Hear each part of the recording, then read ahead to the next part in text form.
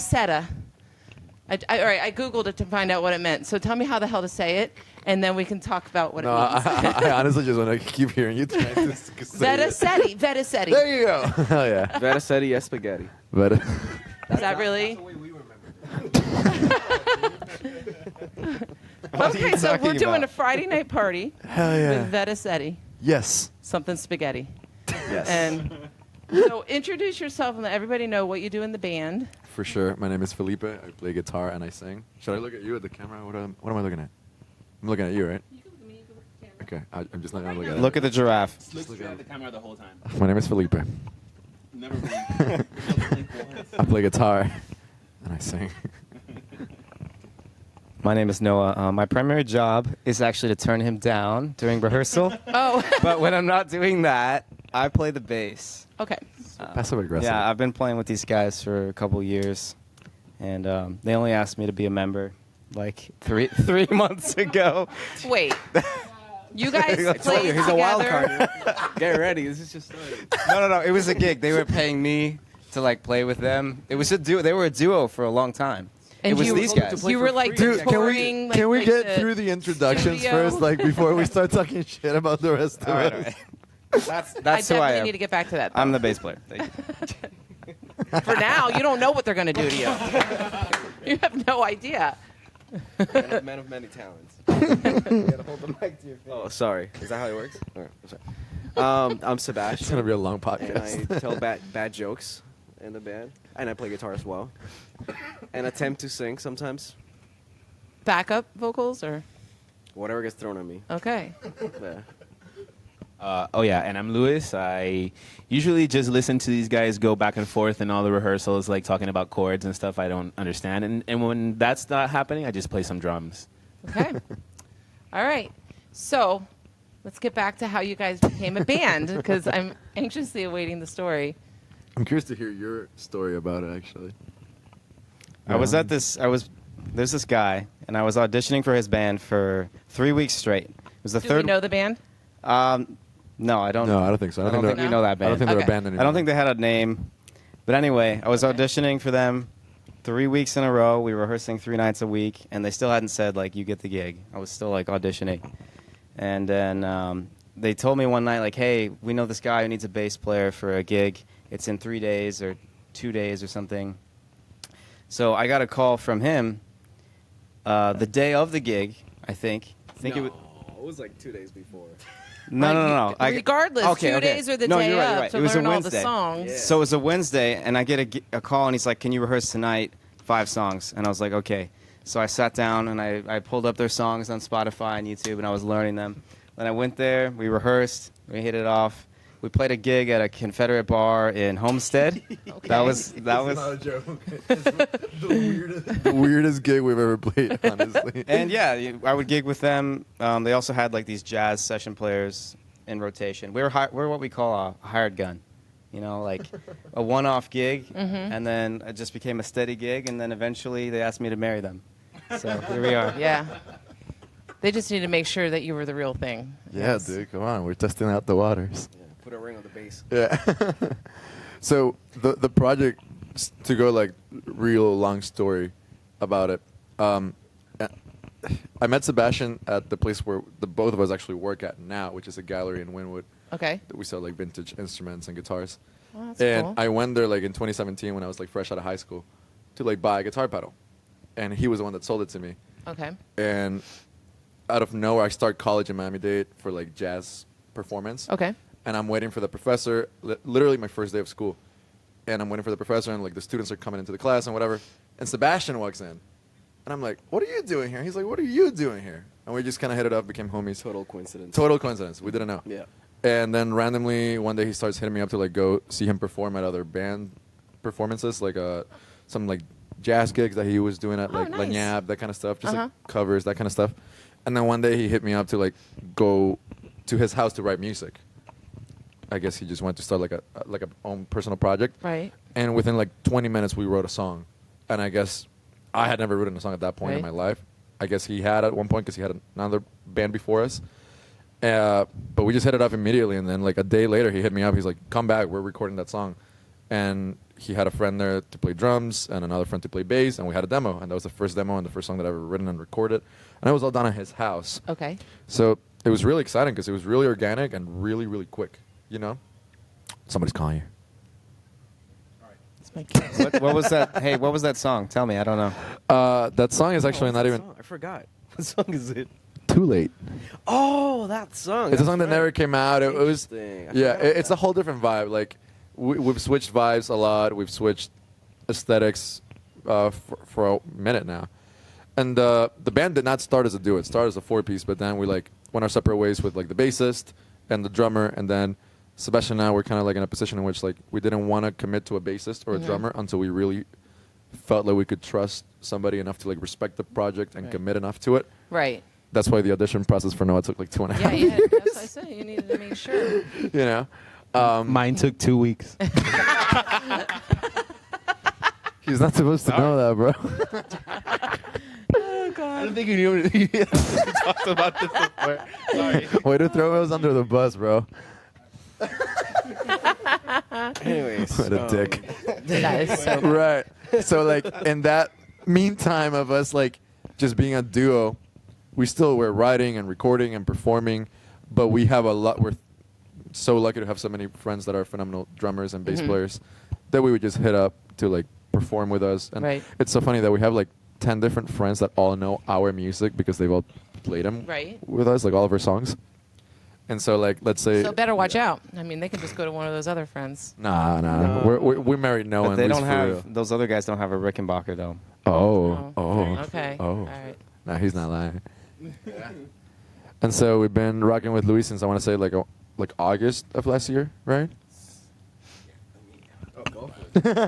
Yeah, something like that. Probably like a little bit over 4 or 5 months that we've been collaborating, and it was really cool because the band sound. It's not like really something that you hear, at least in the Miami area. Right. Like people that really enjoy and kind of grew up with like alternative rock, Right. and that's something that they commit to doing. So as a drummer, it was really cool to. But like they said, they have so many great friends and collaborators that are great musicians, and they surround themselves with a lot of talent because they are really talented themselves. So it was like it was cool to know that we could be a band for real. Right. I think all of us kind of just really wanted to be in a band Right. Yeah. that does the whole band thing and kind of puts the work in and kind of rides with whatever have to overcome all these kind of, I don't want to say struggles, but obstacles that come Right. in the way and then have to grow through them. So I think that's why we stuck together at Yeah. the beginning. Going even farther back, the reason why I called Felipe is because I was having that same feeling. No, seriously, I was having that same feeling after graduating music school. My whole life, I guess, growing up, I knew I wanted to be a guitar player. And, I just didn't really understood what is it that I wanted to do other than just playing guitar. And I went to school for music, and I guess the stereotype was like, you graduate out of jazz school and you become a session musician. Right. And it's a kind of like this game of who do you want to play for, Right. And it's more about the instrument. But I guess the one thing that I always missed all along was kind of like just putting your own input into making music rather than being good at the instrument. Yeah. I just had that click at that one point when we started the band together. I was like, guitar is just one element of music. I don't want to just focus on this tiny thing. I want to expand it. I want to make Right. sure that, I build something that feels larger than just what I can do. And I feel like that's the thing that you do with the band, that you're creating something that is larger than yourself in that sense. And a lot of times I feel like the way we write music, it's kind of like that. Like a lot of the parts, for example, they work only in context with the other's part. Like if you play it by itself, Yep. it sounds super random. But once you play it together, sorry, my bad. It comes. Yeah, I'm a little sick. My bad. Once you play it together, it comes alive and it makes sense then. So yeah, that was like around 2019 maybe when we started playing together. I had like been playing like session up Late to that point, 2018. like top 40 and Yeah, covers. late 2018. and I had I that remember. realization. I was like, you know what? I want to play my own music. Yeah. I feel like the whole session thing, it's not really that Yeah. fulfilling. Yeah. Well, yeah, because you're not going to get the full satisfaction out of like a beginning to end sort of thing, like something that you've done and you've created. You're just there being the session musician, and it's not really putting any of your, it's putting your talent to work, but your full talent and ability, like to show what you have that you can put into a band, sort of say, like, I mean, like, as far as like songwriting, do you guys all write songs together? Like, So very interesting I mentioned that, because yes, we do that now, but for a while it really wasn't like that. I guess it takes sometimes for you to develop a Takes certain chemistry. as a band Yep. and a certain confidence as a songwriter to be able to put what's in your head on paper and actually make it sound good and, Yep. and make something that you're proud of. So we tried that from the beginning, but we struggled with it, and we had some help along the way. We worked with producers and some writers that really helped us discover what is it that we wanted to do and elaborate like an identity. And once we got Noah and Luis into the project, we realized that, you know, it's a matter of trust. You know what I mean? Like letting your baby be shared by other members and seeing how they provide their own input into it and how these things come out. It's just like the whole creative process. You know, when you do it with multiple people, it's a very interesting thing to happen. So yeah, I feel like it's been an evolution for sure. Right. We started with training wheels, and now we're kind of like definitely more on our own, making something that we feel like we can be proud of ourselves without any sort of external help. Which I think for a lot of artists, again, it's sometimes hard. You know, you feel like a lot of people end up depending on that songwriter, producers. So like kind of like doing it all yourself is tough, but it's very enjoyable. it's satisfying. It's satisfying. Yeah. Exactly. And going 100%. back to the point of what you were asking, like, there's definitely like a difference between like a band like this feels like we are all calling the shots, and like we have to kind of give into the process of the democracy and of the band of like everybody wants to do it, then everybody wants to do it. There's a struggle to that, but there's also like an intensity of asking for people to kind of like think like each other and get into that kind of common beat of music and stuff. So that's kind of where we're like coming up on right now, making sure that everybody kind of understands each other, and we're working towards the songs being awesome, Yeah. Yeah, because like, do you guys all have the same taste in music? Like, I've had bands on here where they're doing like pop rock, and we got someone that is like country, and they're like, it's just not pop rock, but like punk rock and their favorite song. It's just like, what? So that was the main thing that I felt like when we started as a band, like not with this lineup, but I guess like the original, when it was like Sebastian, myself, and then the original bassist and drummer. That kind of held us back a little bit because we were all pulling in like 4 different directions. I was trying to do like a singer-songwriter kind of folky thing. Sebastian was trying to do like blues rock. Yeah. Drummer wanted to do like pop, just straight up pop. Drummer was a lot more like prog rock type of thing. And I Bass feel like player. You mean the bass player, right? yeah, the bass. Chris. What did I say? The drummer. Oh, yeah. Oh, sorry, bro. And then when we parted ways with the drummer and the bassist, I remember being overwhelmed because I had all these ideas and all these demos that I wanted to write, but I didn't want to feel married to the idea of like, oh, I can only write these ideas if I have a drummer. Right. That I remember on my birthday, I bought a electric drum set out of impulse because I was like, no, like I'm gonna write drum parts myself to this, and when we were with that original lineup, it almost felt impossible to write together as a band, just because either lack of good attitude or lack of chemistry or lack of knowing or liking the same music. So I felt like it was mainly the responsibility on Sebastian and myself to write music. Okay. Either like I would come up with an idea and then Did you feel that way because you guys were like the original members, or? No, I felt like that because we kind of, Sebastian and I almost kind of like steered the boat into the direction that we could, because we were the ones that were like showing up and doing the work that it takes to like learn how to write Right. music if you've never done so, you know. Right. It's tedious, you know what I'm saying? It's a matter of showing up, and like a lot of the times, 90% of the times that we like meet up to write a song, nothing will come out, but we're there and we're Right. trying. That's Yeah. all that matters, and that's like, I'm sorry. no, you're good. That's like 90% of the work. And so I started writing demos entirely by myself, and then showing them to Sebastian and having him like implement them or like help them evolve, and then he would start doing the same thing to me, like, hey, I have all these ideas, what do you think? Let's work on them. And this is the first time in my life that I think we have a band in which we can write an idea from scratch together in a room as a band, which I always thought was going to be impossible because it was with the original lineup. Right. So this has been really fun and really exciting to learn how to like delegate. Right. I told Luis and Noah when we became like an actual like lineup for a band, and it stopped being a duo, that it was going to take me at least some time to get used to that. Right. Because I felt like so much responsibility of like, oh, I have to call the creative shots or like this booking and this stuff, and Sebastian as well. And it's been fun to have Luis or Noah suggest so many really, really cool Right. ideas that take us out of our comfort zone. Yeah. And just be like, dude, that is a really cool idea. Yeah. You know? We're all songwriters in our own right. I think you've written songs on your own. I know I have. So I think that's part of it too. Like we've all sat in each of the chairs. We're all singers too. I mean, he sings. He won't admit it, but he can sing. Like, he kills it. so.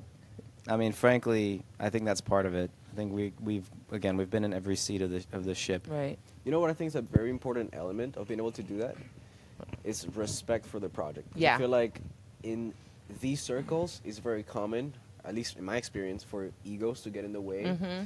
And I think that's something that we have learned over the years is just to trust that the band or believe that the band is something bigger than yourself in that sense. Yeah. Like that's when you join a band, that's really what it means. I Yep. know not all bands work like that, you know, like some of them they have point figures that they kind of like run the whole show behind it. But to do things in a collaborative way means to understand what it is about and have that as a priority. Yeah. And being able to accept certain sacrifices in order to pursue that bigger vision. Mhm. You know what I mean? And learning how to work as a team in order to achieve bigger things. Yeah. And respect each other. Yeah. 100%. And their ideas. Also a lot of yeah. trust. You Yeah. know what? Trust. You know what's something that's very underrated? You also have to be able to like make each other laugh. Like Yeah. You have if- to be friends. You have to. Yeah. Yeah. and that's sort of the part where like if you're in a band and you don't want to be friends with the people It's you're in a not band with, gonna work. It's not gonna work. It could, but it just misses not gonna like be a It's genuine. there's a lot about it Yeah, it's that's different. you're not going to be able to achieve, you know, like and not musical or like success wise. It's just if you can't laugh and have hang out and have Yeah. fun and laugh at really really dumb things. Yep. Then all the we rest do a of lot of it- that Yeah, shit. we literally don't do any. Like sometimes it just takes us so long to just start rehearsing because we'll just keep throwing Yeah. out jokes and it will. But that's so important because that's what creates your chemistry when you're on stage. Totally. So that is so important. You could sound like crap when you sing if you want. Not that you do, but you could. No, he doesn't. I do. But There's you could actually a sound little like guy crap, but hiding if underneath it's the a good stage show, singing good for me. chemistry, everybody's gonna fall in love. That's. And you guys aren't Yeah. bad-looking guys either, so it's like that's even a plus, you know. I have so my it's like- moments. Thank you. So you don't have to have a good voice. I have my moments. Fix the lighting. So did you guys become Veta Ceti, something You got spaghetti, in August when you joined, or were you guys already working under that name?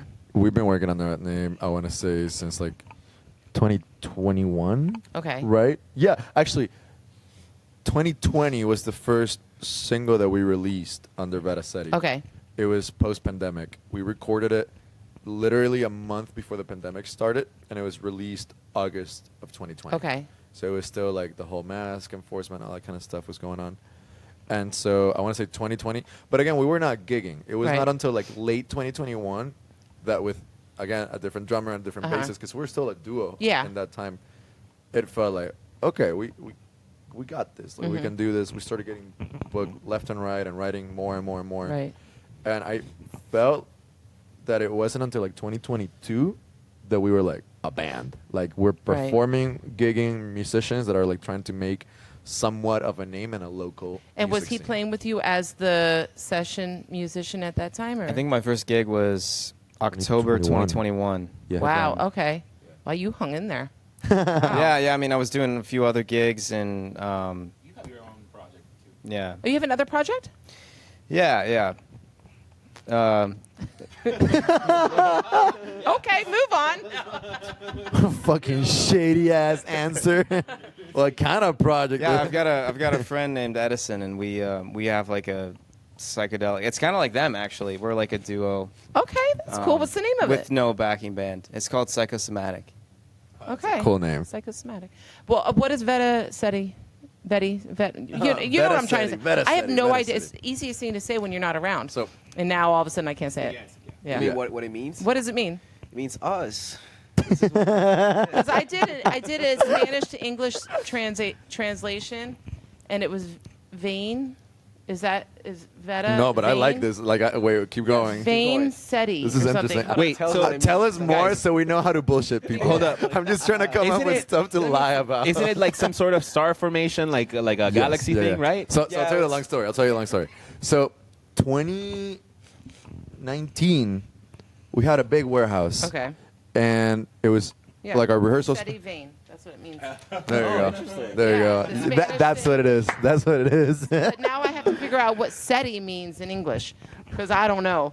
So enlighten us. Not to interrupt you. No, you're good. You're good. So 2019, we had this big warehouse rehearsal space that we owned, and I started hitting up a producer that he's Venezuelan. He produced and recorded a lot of the bands that I love, like growing up.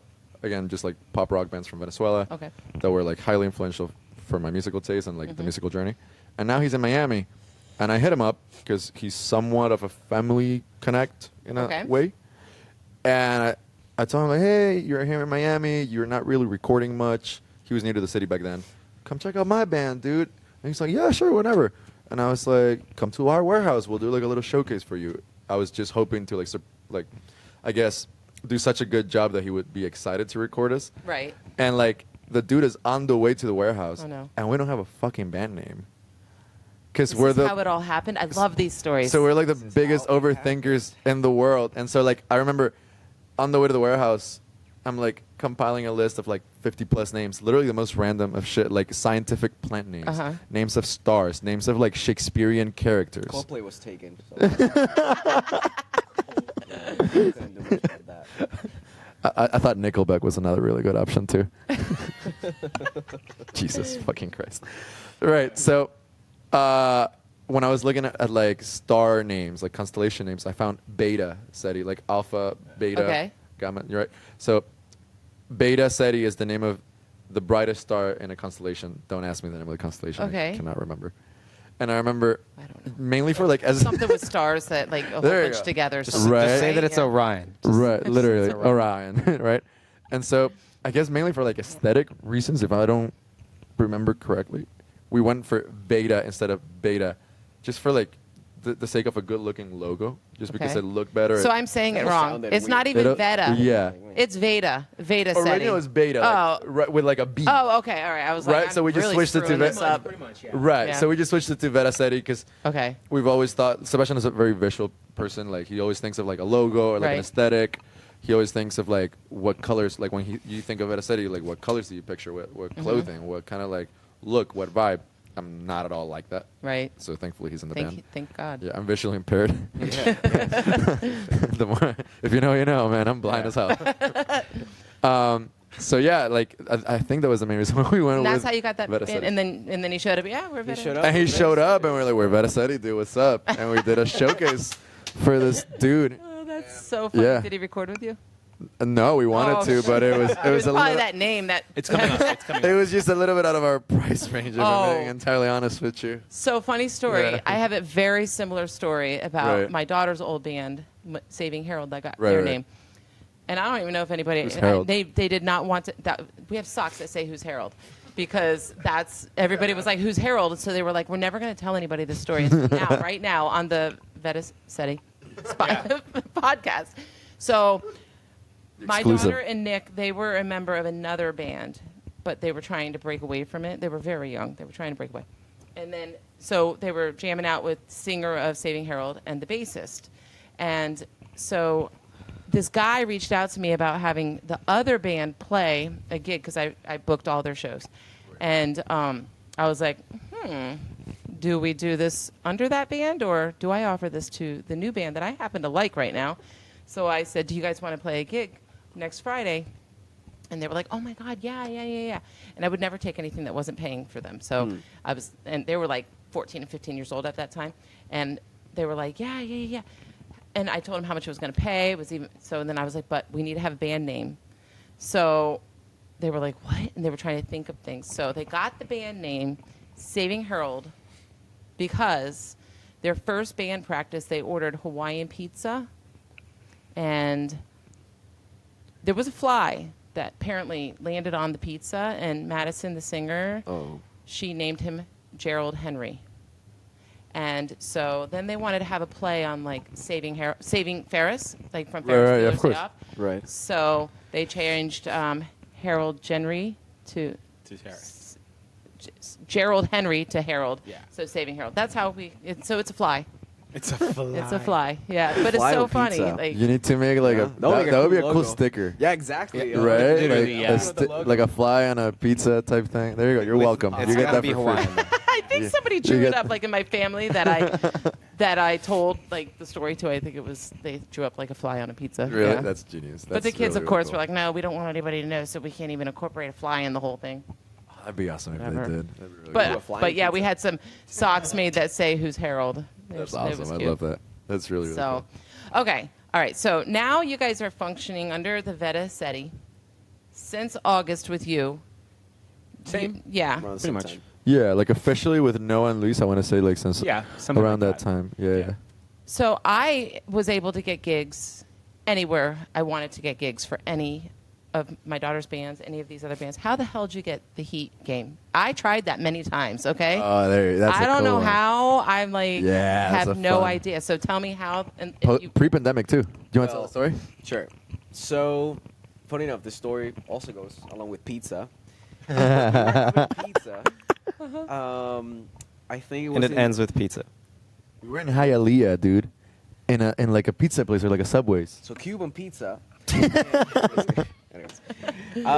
Yeah, we were having food, whatever. And then, we were talking about gigs and booking and things like that. And around that time, it was very early for the band. We barely had any songs out or anything like that. Actually, we didn't have any No, songs no out. original songs out. This is Yeah. like before Tell Me, our first single. And, we're just on our phones, like looking at venues to hit up. And all of a sudden, we stumble upon an ad saying that there was going to be a battle of the bands at the. we applied. Yeah, well. We were not answered. So did we. And we got the gig. Oh, Yeah. that's so awesome. So with the Battle of the Bands 2020. So We that's did the how you, battle of the and now, bands. and now you are Here's there the like thing, we all didn't the time, we right? didn't win the Battle of the Bands. But you got in. But they liked us so much that they were like, dude, y'all gotta come and play That's pregame and halftime awesome. shows. That They is called so us back, awesome. yeah. They called us back. So we did it twice right before the pandemic. So like January 3 days 2020. before the pandemic. Literally. Yeah. I literally applied for the kids for that. Yeah, that's how we got the gig. God. They liked us so much. They were like, y'all didn't win. Because like the winners, I think they got like a big like money prize, like a big Right. check, whatever. Yes. And then they got to play like in the actual Yep. arena inside of like right in the actual court. Yep. Right. I know about sports. It's The thing, what do they call it? The What- court? where the dude They have that round runs. thing? Well, oh, funny enough, the second time that we played it, we told the organizer, the lady that calls us in, we're like, hey, we've actually never been to a fucking Miami Heat game. And she's like, are you kidding me? And I'm like, no, and I've been in the city for 10 plus years, and he's been here since way longer. Right. So she's like, come with me. And she took us courtside, Oh my God. which was hilarious. And 'cause- you don't yeah. even know how to appreciate that at Not that at point. all. Not at all. Not even Like, that was- remotely. Yeah, we were there. Like, It's like, wait, there's a you're lot of looking people around. here. What's But the happening? funniest thing is, like, so we come out of the tunnel where, like, Dwayne Wade, he's a basketball This is a player, dream right? for many He people. comes out of that tunnel, Yeah. and then us idiots come out of that tunnel. Yeah, like Bad Bunny first row. We're like, hey, Yes. type of thing. It's like, And like that. people are leaning over to see who the fuck are we. I have that like image etched in Oh my my brain. God. Some like 6-year-old dude is just like looking at us like who are these guys? And we're just like, hell yeah, this is awesome. So we like took a picture and That dipped. is We so didn't care about funny. the game, dude. No, I mean, we didn't you have care. no We didn't idea care. what was offered to Yeah. you. yeah. So we've been getting that gig since then, since 2020. Wow. We played it twice before pandemic, and then That is so awesome. I saw Th- that and I this was year like, twice. how the hell did Yeah. I get that? And now I'm finding out that you were the enemy. Guys. It was you guys, yeah. I think I got a blast. got a dip. Got a Okay, dip. so let's talk about your songwriting. You talked Right. about like how you guys write your music and how we it just started. steal ideas. Do you guys all have a certain favorite song that you've written, like individually, or if it's a collective? I think so. For sure. Individually, for sure. You guys should tell yours. Okay, so my favorite song to play has to be the things that lately we're writing some songs that I like a lot. Yeah. It has to be an unreleased song, which you guys are gonna hear very soon. It's called SOS. That was a Okay. fun song. Yeah. Is that like a sign for help? Yeah. Yeah, literally. actually. Yeah. Yeah. Yeah. And I love that song because I think that it has so much energy. I gotta say that my favorite part about playing live or music in general is just playing live and engaging with an audience and like that Right. synergy that happens. And I feel like that song just like sparks something up in people that I don't know. It just makes me very happy. It gives Right. me joy, and I love playing it. It's one of those songs that has, some turns that you're not expecting Right. them to be there, and it just catches you by surprise. And you're like, "What is this?" You know. And the songwriting is interesting. I like the parts, the melodies, the concept. It's just one of those that I like it a lot. You know, especially. So because what's of it the about? energy. Is it about? Let me just try to guess. SOS. Yeah. You Think about it. guys, you're in a relationship. You need to get the hell out of it. No, it's not. As a matter of fact, we actually steer away from doing anything like romantic, like music. I'm sorry, but what the hell is that noise I keep hearing? Was that your doorbell? Yeah. That was the doorbell. Visitors. We have visitors. I don't have it. I have a ring. It's a party in I here. don't know where the hell that is. You just found out you have a doorbell? Yeah, just now. She has a Just doorbell. during this Yeah. during this So- podcast. Me personally, I've been like really against like romantic music because I feel like everything has been said and it's a bit of a gimmick at this point for Okay, bands. all right, And I just personally don't really like romantic music Okay. that much, or at least I just don't take it seriously. all right. So he says. So He I hasn't met the right person. That's why. I've been with the same person for a minute I'm kidding. now. He met the right person. And he wrote a song. Don't watch this. Which is about love. Okay, but it's the only fucking whatever, dude. So That's SOS. funny stuff. So growing up, I was obsessed with the music video for "Learn to Fly" by the Foo Fighters. Have you Okay. seen that video? Yep. Like Tenacious D is in it. Jack Black. I was gonna say Jack White. They're in it. And it's like a really gimmicky, just like straight up dumb and funny video. Uh-huh. Like very '90s video. Mm-hmm. And I've been obsessed with that video. I've been obsessed with the fact that like you can take your music really, really serious, and then just have fun with Right. videos. Like That's the be whole point. I mean, more come dumb on. with the Yeah. videos. Wait, so "Learn to Fly" is your favorite song to play right now? No, but I'm saying that was the biggest influence for SOS. Oh, that's interesting. For the I didn't know that. so like the metaphor for SOS, there's a lot of like lyric references to like being in a plane that's like crashing, and you've never flown a plane, and you kind of have to land this thing or Okay. you crash, and it's just like a typical despair and anxiety, you know, like feeling like you're kind of trapped, and it's either like you learn how to fly this plane or you crash, you're So, gone. what inspired this song? Life, Yeah, honestly, okay, like straight all right. up, like. It's like one of those that you could probably interpret Yeah. differently. Like, No, yeah. 100%, 100%. But it was just really fun, like taking such a like serious feeling of despair and kind of making it into like a really fun and poppy song, and like just kind of grabbing this random reference that I don't know how I came up with. I guess it definitely has to be like influenced by the Foo Fighters "Learn to Fly" music video. Right. And just kind of going with it and having fun with it. So I agree. I I'm think guessing it's your yeah, favorite too, right? it is. It's It your definitely is. favorite It too? definitely is. It definitely Hopefully, is. Dave Grohl sees this and then, Fuck you know, yeah. because he watches my podcasts. Yes. So, He does? I'm kidding. I was gonna Oh, say- He does, he does. I was You gonna don't say have to have you that such fooled rude us, shock dude. on your He face. reposted it last week. He posted it last week. Yeah, he posted That's it. what I bet he did, right? Yeah. Texted he did. to me. I was like, I can't believe Yeah. you're going to stage mode. I was like, yeah, dude. I'm so Yeah. excited. I know. He's like, I've been texting her for a month, dude. She won't reply I to my know, I'm emails. full. He obviously didn't say I'm full. You should book it. He would love to come. I low key feel like he's the type of guy though that would do something like this. For sure. 100%. Totally, Yeah. 100%. He'll drink all Do you your like beer. hot He would. wings? He'll drink. You like We hot wings? love hot wings. Okay, yes. have you seen his episode? Yes. He was Oh a my total gosh, fan yes. of the show. Oh, Yeah. oh, not my show. That show. No, he's a Both. fan of this show and that show too. Your show. He did not likes say hot that. wings, but I'm talking about. Why are you trying to get me? That's how he got me, man. That's how He says it so convincingly. he's very earnest. Well, but not. You're a good His lad. name is not Ernest though, right? Okay, never mind. How do you know? Anyways, what's your favorite song to play Yeah. of ours? Well, you also kind of asked like the songs we wrote. Okay. Right. So songs they wrote, More Than I Should is my favorite one to Right. listen to and to play, which they put out. When did you guys put that out? I should know this. December of 2022, I think, came out with a music video that that Sebastian and I directed and produced and No, in edited terms, the in whole terms thing. of stuff we wrote, SOS is really cool. I can't pick that one though because they already did. So I'm gonna pick this new song that we're gonna play tomorrow at Kaseya. For the first that time, yeah. We haven't Awesome. recorded. It's just in our heads right now. Okay. Right. Yeah. It's called. Will you get a video of this so that we can all Yeah, maybe. see Yeah. what it is? No, 100%. Yeah, but 100%. Okay. it's the working. I think the working title right now is "Drinking Buddy." Drinking Buddy for sure is like the working title Yeah. for it. Okay. Yeah. That sounds like a fun song. It is really fun to play, and it's the first song that we write together as a band, so I'm even more excited about that. Oh, that's awesome. Yeah. yeah. Yeah. That to me is very special, and again, it's really fun exercise to like have like a very serious story behind a song, Right. very adult, like real shit happening, and being able to like wholeheartedly tell these guys without any fear of judgment, and them like helping me like figure out lyrics. Like it's the first time that I like write lyrics with anybody else. It Right. was with Noah. You know, it was the Wow. first time that I ever like sit with somebody and like figure out ideas. Right. And I was telling him all these references and all these cool lyrics that I had like planned, and he's like, "I think you're talking about this," and I was like, "Holy shit, I am talking about this." So like, So he it was knew. really cool, and I had never written lyrics like that with anybody. That's I've always awesome. done lyrics by myself. Yeah. And then Seb's like tells me like, "That's a cheesy ass line. Change that shit." And I'm like, "Okay, I guess I'll change that shit."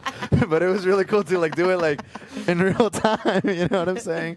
No, it's true. It was really that song- exciting. That song, I mean, I'm definitely, for my first personal one to play and to listen to in the band right now is also More Than I Should. Okay. We didn't talk about it. We didn't actually agree to agree, but Okay. we just like that one. And that new one is cool also because of the fact that we're trying a lot of new things, and one of them is just really being the least kind of perfection that we can. Like, we want quality, but not to sacrifice time and to spend so much time writing a song. We kind of want to Yeah. go with our instinct and trust them. Like, I think the guys were mentioning having to trust it. So it's a little scary, but it's also great because when a good idea comes out, and we've been having so many good ideas lately, it just feels like there's like a snowball effect happening. We actually we were in the process of finishing writing it, and we would like set a timer. We're like, we're gonna finish That this was really next cool. part in half an hour. Was that a lot of pressure? Not at all. No? In a positive way. huh? In a really positive way. In a really positive way. It was really awesome. Because Nothing like finishing Yeah. a chorus in under 15 minutes. That's how Because I feel like the band started to become a band, at least when it was just me and Sebs, during the pandemic. And we Okay. had all the time in the world. So we got to really overthink shit. And we're like the kings of overthinking shit. And when Noah and Luis came in, they're like, stop that. Like, stop with the overthinking. Yeah. Get stuff done. Right. Yeah. So glad you that's did. been So really you cool. guys are the parents of the. 100%. Yeah. I'm mom. I'm mom, and this is dad. 100%. And you're a stage mom, so that works out. Parental figures. There you go. Father figure, if you will. There you go. I know, right? Oh my god!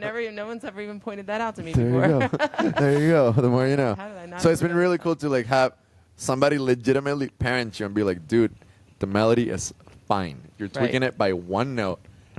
You'll survive. Right. Which is usually Noah telling us that. So that's Which is the great, reason honestly. the main reason for the timer, probably like just 100%. all right, yeah. Yes, 100%. 100%. Yeah. So that's been really cool. I feel like those songs are all really exciting because, again, like SOS was a song that I remember writing and not really thinking much of it. Mm-hmm. But then I showed it to Sebastian, and I showed it to my girl, and I showed it to other friends, and they were like really excited, Right. more than I was. So I was Uh-huh. like, oh, this has to be something cool. So that Yeah. song definitely like takes the cake for us. I'm excited to Okay. release that. Yeah, no, I want to. That'll probably be our next release. Yeah? if I'm 100%. right. Yeah. Yeah. Yeah, I think so. Most likely, right? Yeah. And we're also just trying to again, just explore so many parts of the band as we can. So not only booking, but just finding ways to go, maybe do, gigs as far away as we possibly Right. can. Just really get into, again, being a band where Right. we are going to have to spend so much time with each other Yep. until the point where a little sick, but it's great. I really that to me is that to me is the best part about being in a band. You get to know three people Yeah. so closely. Yeah. And it's not going to happen with regular friendship, No, Right, it's no, not. It's only totally goes to that, different. yeah. Totally different. It's like a family. Yeah. Mhm. It's It exactly. has to be. Yeah, it I has think. to. I think so. Yeah. Yeah. Totally. Yeah, and it's really cool to be in a band in which you're excited for the music that you're writing and excited for the people that you're hanging out with. In my Right, opinion, exactly. You know? He's a lot to say, okay? He's a lot to say. Let me ask you something. Yes. Has it been booking around this area? Because we mainly play around Miami. And we want Mhm. to expand a little bit more. I feel like since the pandemic started, a lot of venues have been closing in Miami, Yeah. and it's becoming a little harder Yeah. to play Everyone down there. says that. So how has Yeah. it been? Because we really want to start to break in a little bit more, around this area, more like mid and northern Mhm. Florida. Right. So do you have any advice for us? I mean, again, we're just So starting kinda my advice is this, and this is what I did for my kids' band, and it worked really well. Mhm. I stalked other people's Instagram pages, and Right. I literally rode their coattails. And I would call the venues where I'm like, oh, I haven't heard of that venue. Let me call that venue, and wherever they're playing, and I got them. They were working every single weekend at 15 years old. So It was like that's pretty much what I did. I would just paid close attention to the venues that people announced on their flyers, and then I would just reach out. Straight up just cold calling, right? Pretty much, I would just call, or I would send them a message on their website, or I would send them a message through Instagram DMing them. But that's pretty much what you just reach out to everybody. And because there's a lot of like venues out there that have live music. Like I didn't know Quarter Deck, but apparently Quarter Deck's playing live music now too, and I had no idea about that. Found that out on a flyer. So it's like if you just pay close attention to these venues that people are playing at, that's my advice for that. Thank you. Thanks. No, in a sense, we've been sort of doing that too, where like we have been like reaching out, making sure not only to reach out to venues, but also trying to really build like solid connections with bands, and that we really get along with them. Maybe it's like because any venue is gonna want you to at least bring a bill together, like 2 or 3 bands, whatever it is. So we're just trying to like. It's all within the theme of expansion. We just want to kind of make the little world that we're kind of building together, like as a band, just make it a little larger and like bring in more people, whether it's more musicians or more different artists and people that kind of have like that sense of doing something with their own art and music, and that we can be a part of their world too, So it's like, in a sense that it's not only hard to do that in Miami in terms of booking, it's also hard to build a community. I feel like I don't want to just trash talk, like, because we do have great connections out there and we have a lot of friends that we love. Miami's in Miami got a much more hardcore or not punk, shoegaze type of sound. Yeah. So you guys are much different than that, I feel. I don't feel, but so I think that might be where you're feeling like somewhat, not a disconnect, but a disconnect in a way, like where you can't really. But I would just suggest like reaching out to bands and asking, and say, hey, you want to do a show? After you ride the coattails of the other people and reach out to the venues. Yeah. And then just say, I'd like to do a show, and then just reach out to some bands that you think are good. Yeah. That I could recommend. Yeah, no, please. Be good shows for you guys. Please, like, it would be great to know, like everybody that we played at the gig where we did with you was a really great surprise to find so many, people that we like their music and they also seem to like ours. Yeah. So we actually got great contacts that night. Like, actually, we really liked the band Serviette Love. Oh, they're going to be here on Sunday. Oh, awesome. Nice. Yeah. That's awesome. Cool. Yeah. So, yeah, we really enjoyed their set and we got to talking, and so it's like, again, that whole thing. I think you made that possible for us in that And that specific night, so. makes me happy, because that's why I do those shows, and I try to put them together so that you can like have the connections and market yourselves and stuff like that. With that show, did you know any of the bands that were playing, or were they all new to you guys? Did we know any of the bands that were playing? I think they were all new. Well, right? I heard of the Nameless before. I've heard of the Nameless, and then Oh my God, actually, he was so fun. The bassist of the very first band, Pedro. Party of Four. Oh yeah, Party for He used to be the bassist Yeah. of Plastic Guys. Plastic Guys. And we're real homies with him. Like Yeah. Sebastian used to be Tommy's guitar teacher really? when he was Okay. a little kid. Tommy, Yep. the singer. I had the Plastic Guys on here. They're an OG of my podcast. Really? Yeah. Like I think single digits. That was the first podcast that I watched of yours. Really? Yeah. Because those are the homies. Yeah. No, they're cool people. Yeah. Was that one remote? I thought that one was on Zoom. No, they were here. Okay. I just remember, I think it was on Spotify, so I didn't see the video. Or whatever. Oh, okay. Yeah. Yeah. But I watched the video for Dust Supply after we played with them at the gig. Oh my God, That's what nice true. guys! I love them. They're so nice, and They sound great. So I like their Oh my music. God, I was just like, I was blown away at that show. Like, I was like, wow, like there's so much, because like I've been doing this for a couple years now, and so I knew all the other bands. So that's why I was like, any new bands out there that want to do a showcase, because I wanted to like, and I had that show other than. No, my kid didn't play that show.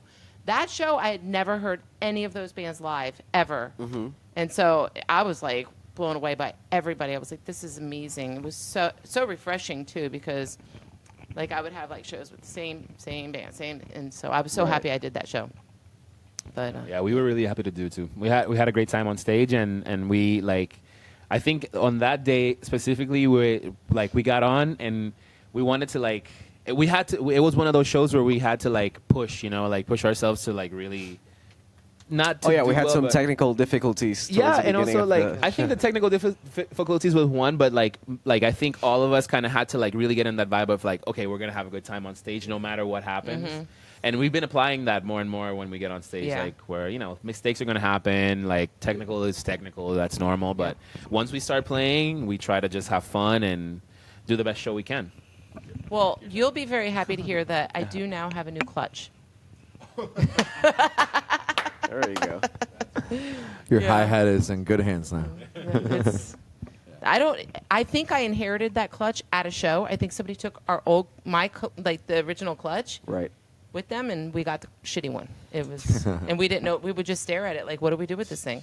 Like, yeah. So, okay. So let's talk about, now that we're talking about a show that you guys did, let's talk about the local scene.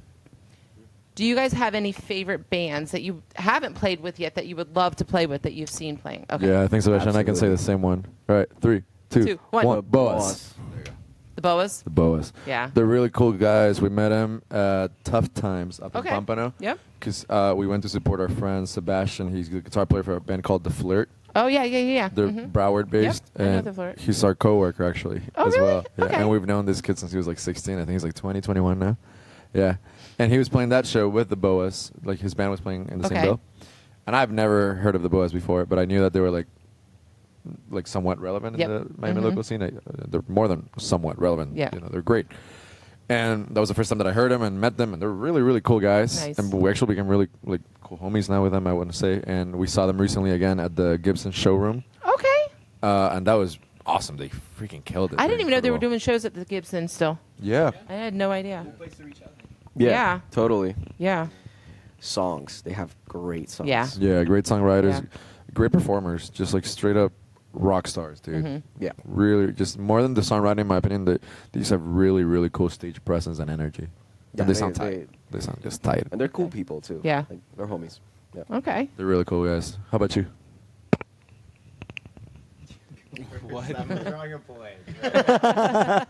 Local bands that we really want to play with. Or that you like, period. I mean, go.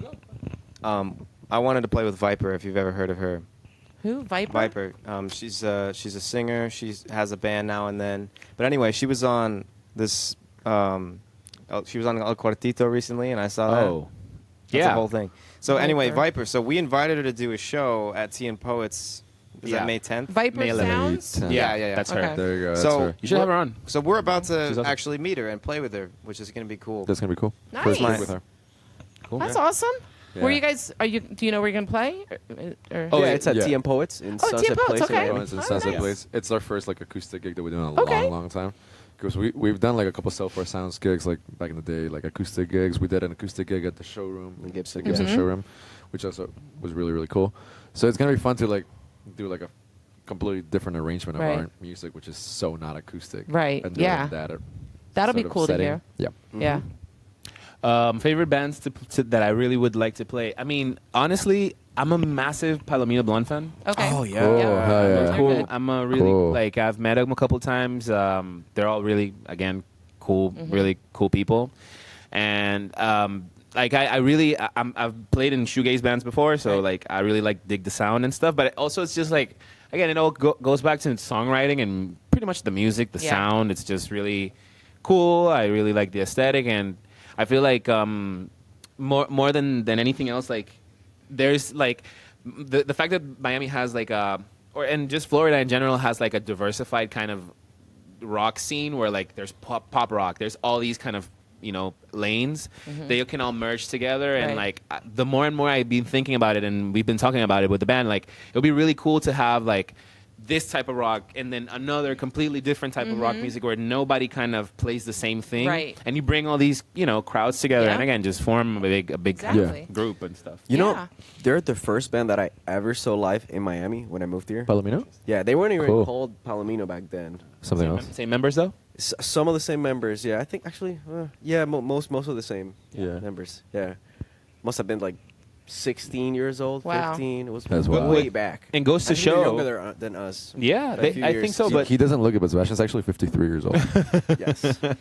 It's that snail musing, giving my face. Young. but it goes to show also, I think that's another requirement. Like, you have to kind of grind and, like, be able to be You do. around for a while and kind Yeah. of build that name and stuff. So we're on that. That's where. Yeah. Yeah. Yeah. Veta Ceti. Veta Ceti, yeah. Veta Ceti. It's been interesting because I'm so not into the whole like music industry type thing. Like, Really, that is interesting. like not that I'm not into it. I just feel like really like incompetent when it comes to like any Uh-huh. kind of social media and marketing kind of aspect of it. I get like that. you just get in it for the music. So this has been Yeah. a really big learning curve for me personally, and I know Mhm. for Sebs too. So it's really cool to have somebody like Luis that is very like more than competent when it comes to So social you run media. the social media? No, I don't. But like when I started, so like again, they have really, really great musician friends, drummer friends, and everything. And I think another reason why it worked out between us is because like we can't, like we're trying to keep as many things as we can within the four of us, right? So like I've worked a long time just with social media and content creation and stuff like. Actually, Seb's too. That's what he does. But when it comes to the band, like sometimes I'm the one that takes the initiative of being like the one taking the annoying photo and like being the one that kind of calls it out. Or And you do a lot of the graphic design work that we've been putting out lately, and he's very Yeah. good at Yeah. that. Okay. the flyers. All right. so like it's stuff like that where like that's another side where I can push for the band that we don't have to reach out to anybody else. It's all done between the four of us. We have like something that can be done. And That's important. yeah. That's important. Yeah, we're trying to get to a point where literally everything we do, we're able to do within Right. ourselves, and we reach out only if we Yeah. want to, Yep. Because I think it's gonna make us not only have more music, but it's just gonna put us, out there more. Like Yeah. Felipe, he's like literally studying for like he's studying for sound right now. So Mm-hmm. ideally, we're gonna be able to do all these things within each other and take it into other things that we Right. can expand. So. Yeah, independence is more power to us. Yeah. So let's talk venues. What was your favorite venue that you've played so far, and what venue would you like to play? Easy. Oh, I mean, yes, I agree. But He I knows what gotta I'm thinking say- about. I know what you're saying. Which let's just say this. 3, 2, 1. Rosas. Rosas. Oh, a lot of people say But- that. Yeah, Yeah. we The played it arena a couple is cool. I gotta Yeah, say. I'm sure. Oh, yeah. Awesome. The Yeah. arena's my favorite place, and Yeah. I played Rosas, although I didn't play on that night that you guys played. Whatever. Played at the emo night, dude. That And was that's a the big night that thing. you. Okay, well I did I play mean, that. all the night. nights were all great. 3 Las Rosas gigs that we played were incredible. That's why. So like you're Yeah. you're in there, bro. All right, You're all in right. there, Well, I bro. still prefer Casella. There you go. He Okay. likes the Casella. That was So a do cool I. I would love place. like. That's. And they're bringing it back, right? awesome. They're reopening it. Las Rosas? They are. Coming back? Yeah, it's coming back. So they say. I've heard. I hope I'm not. Oh, I've spread so many rumors on my podcast. Put it out there in the world. It's so Yeah. cool. Manifest it, Comes back. manifest And it's coming back full Exactly. force. Nothing's Yep. changed. For me, I think. I mean, of course, I guess the obvious answer would be to play like a big, really big stage. Right. But honestly, I've liked as a venue. I really enjoyed Shirley's at Gramps. I just Okay. really liked. Cool spot. I feel like Yep. Gramps in general is one of like those kind of hit like gems Yeah. of Miami at Yeah. least, and the fact that they kind of pay so much attention, they're like really actually like about like giving accommodation to the artists. Yeah. They bring so many good acts out there. I saw They do. Black Midi there like 3 years Really? ago, and just I want to say I heard that someone else did too. yeah, they've got. I've gonna seen drive me Eric crazy. Andre there. Yeah, I remember Yeah. that show. Yeah. I was And at he's- that show. Actually, he's gonna be in the. Yes, band he's been show. there like twice He's gonna already. do a live show. It'll be great. Yeah. But either way, like that venue, I think is like, I think when I first played it, I played with them, and it was like Yeah. I felt like okay, this is like awesome. Like it's like one of those places where you can really just relax, go play the music. Yeah. You pretty much know you're gonna sound great. It's just that sort of being able to lean back. It's one of those rare occasions. Yeah. And of course, let's not kid ourselves. The arena is awesome. Yeah, the arena is incredible. Yeah. That's a So dream. We gotta find a way to to connect on that to connect you on that. There's too. also the Poorhouse, if you've ever heard of Yes, that. Poorhouse. Oh, yeah, yeah, this is Poorhouse. cool. And Yeah. I kind of like the postcard. I used to do a gig in the postcard in Where's that? Key Largo. Oh, okay, that's why I don't know. That's why it's a cool. It's a venue. waterfront It's venue. That's outdoors. awesome. It's cool. Yeah. Has anybody? Have you guys? Has anybody here played Kill Your Idol there yet? No, No, I've been seeing it a lot on flyers. Though, That's in so Miami I- Beach, right? Yeah, Yeah, it'd be Maybe another try. cool place to maybe Yeah. set something Yeah, up. Or, I have a lot of friends that have played Yeah. there. yeah. But yeah, something about Rosas. that place is Do you guys have any place. dream venues that, like, if you could book it tomorrow, like? the Fillmore. The film, or Oh. If I get to play the Fillmore, Mm-hmm. just really? I'm good. It's a cool place. I was Yeah. just there on Awesome. April 20th. Who did you see? Britt Floyd. Oh, there No, you I go. think he's Good time. talking Fillmore, LA, right? No, Miami Miami? Beach. Miami Beach. Is that the Oh. same as the Jackie Gleason film? Okay, yeah. Yeah, exactly. I did a podcast there. Do you guys know Modest Yahoo? Yes. Yeah, I Who's did that? a podcast with Modest Yahoo and his son Levi, backstage there. Oh, that's awesome. Yeah, that was like He's a dream like, come cool. true because I am a Reggae sing, like- die-hard Okay, cool. Modest Yeah. fan. Die-hard. Yeah.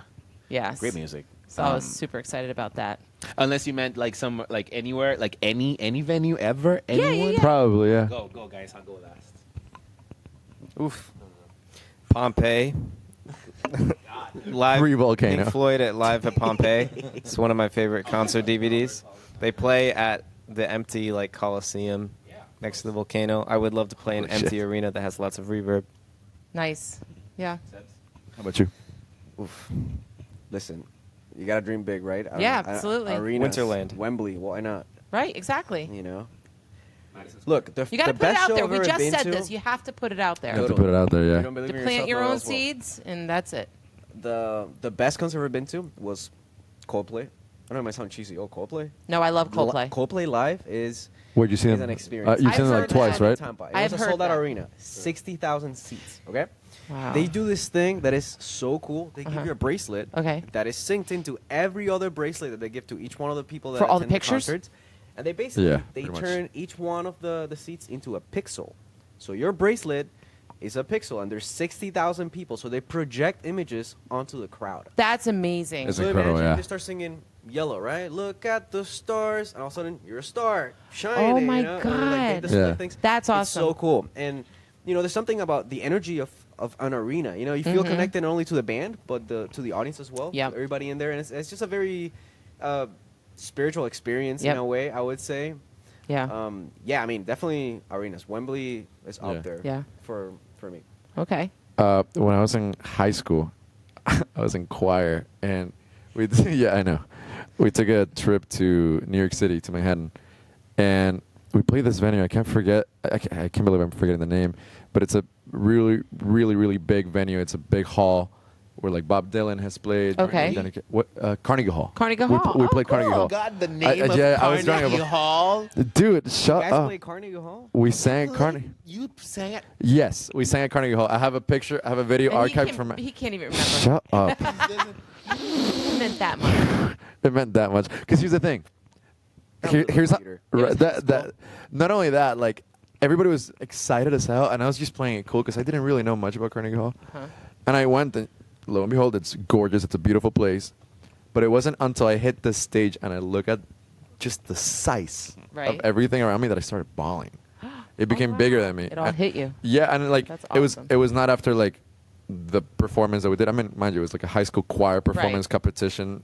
Still. But it doesn't still, matter. like It's- just being on that stage Exactly. Exactly. and like just looking up and looking at this beautiful, beautiful venue, and just the size of Right. it, that it made me cry, and that's amazing. never happened before. So like just that alone made it so much more emotional. That's Yeah. awesome. I think that's love why I it. ask, like, because like if you're like for venues or like if for a live experience, I feel like again like an arena, a stadium feels different than like a venue or a club, because like again I've also seen really great stadium acts, but when you go to like a Terminal 5 or like even a Revolution Live here, that atmosphere has like a thing, like there's a spice, like I think there's Yeah. some sort of heat in the air Yeah. that when you're in an arena and it's so big, it's different. It's a different type of, Yeah. of experience. You're for 100% sure. right. Yeah, Yeah. it's enhanced. Everything's enhanced.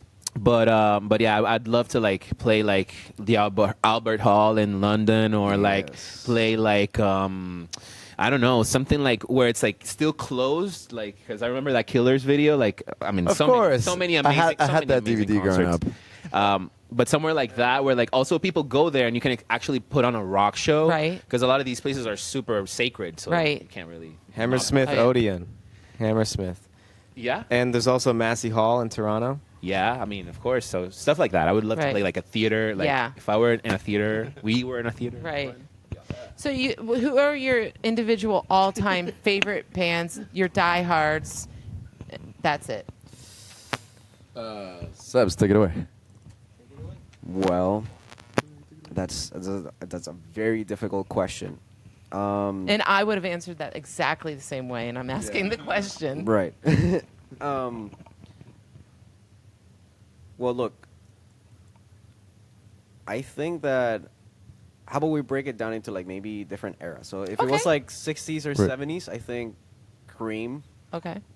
I don't know who that is. or Jimi Hendrix. Cream Okay, with I know Eric Hendrix. Clapton. Eric Clapton's Yeah. band before Oh, he is went that solo. what? Okay, see. Yeah. Jimi Hendrix, probably up there with Cream, or like the Jeff Beck group, something like that would have been insane. Also, Mhm. I feel like maybe later during the 80s. I feel like I'm going on a rant here. There's so many. There's No, so I many love artists. hearing this stuff. Look, some of my favorite bands, Radiohead. I Yeah. love Yeah. more modern bands like Catfish on the Bottlemen, for Okay. example, more contemporary. Mm-hmm. I love Oasis. Okay. I love Lenny. Ooh, Lenny Kravitz. Oh, yeah. Lenny Kravitz. He's Since my- I've met you, my Lenny idol. is like God for He's you. my idol. He's I amazing. Yeah, come on, Lenny dude. as in every way possible. Anyways, he. Who else? Yeah, I mean, those three are definitely up there. I think one of your biggest ones. Yeah.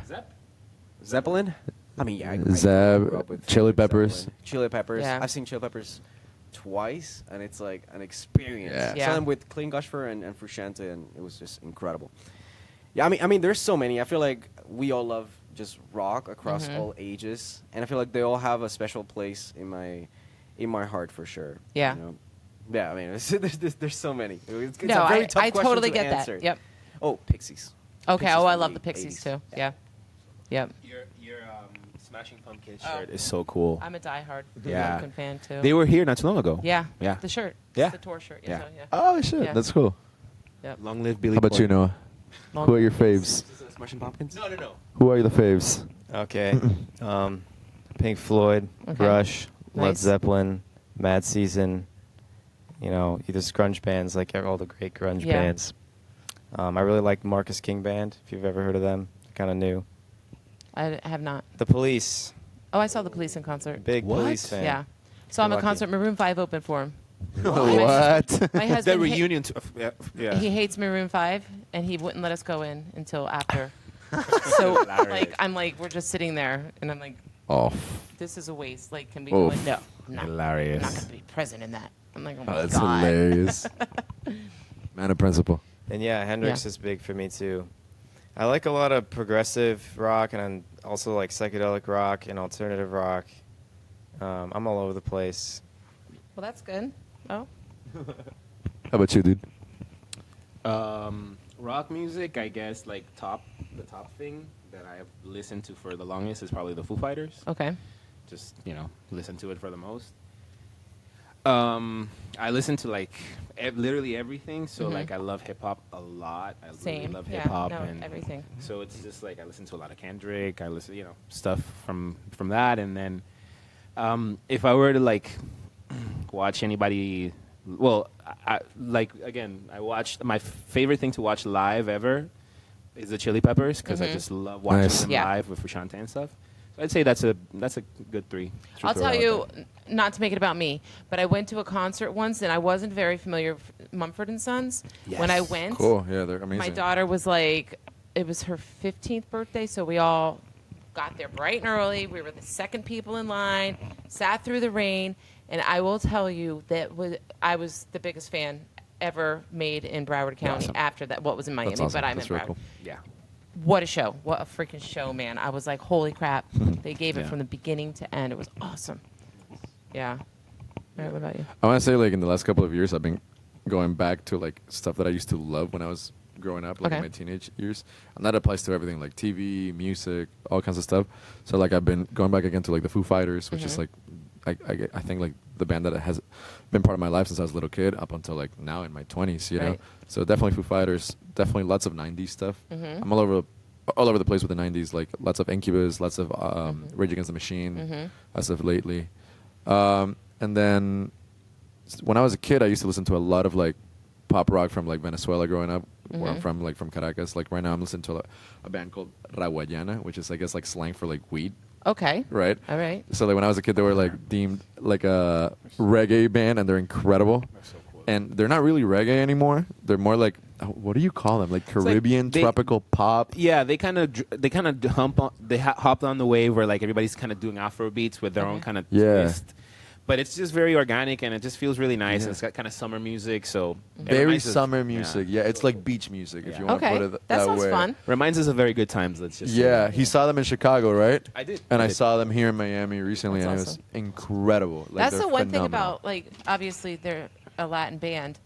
Like, I don't understand any words, but like you don't have to have to, understand no. it to appreciate it. It's an energy thing. Yeah, it is 100%. Energy I meet thing, so many 100%. people that are obsessed with Bjork that would never speak a word of Icelandic. I'm like, definitely music is a different kind of art, Right. medium. Yeah, where you're, like, 100%. you can get Yeah. obsessed with something 100%. that you really don't understand. Exactly.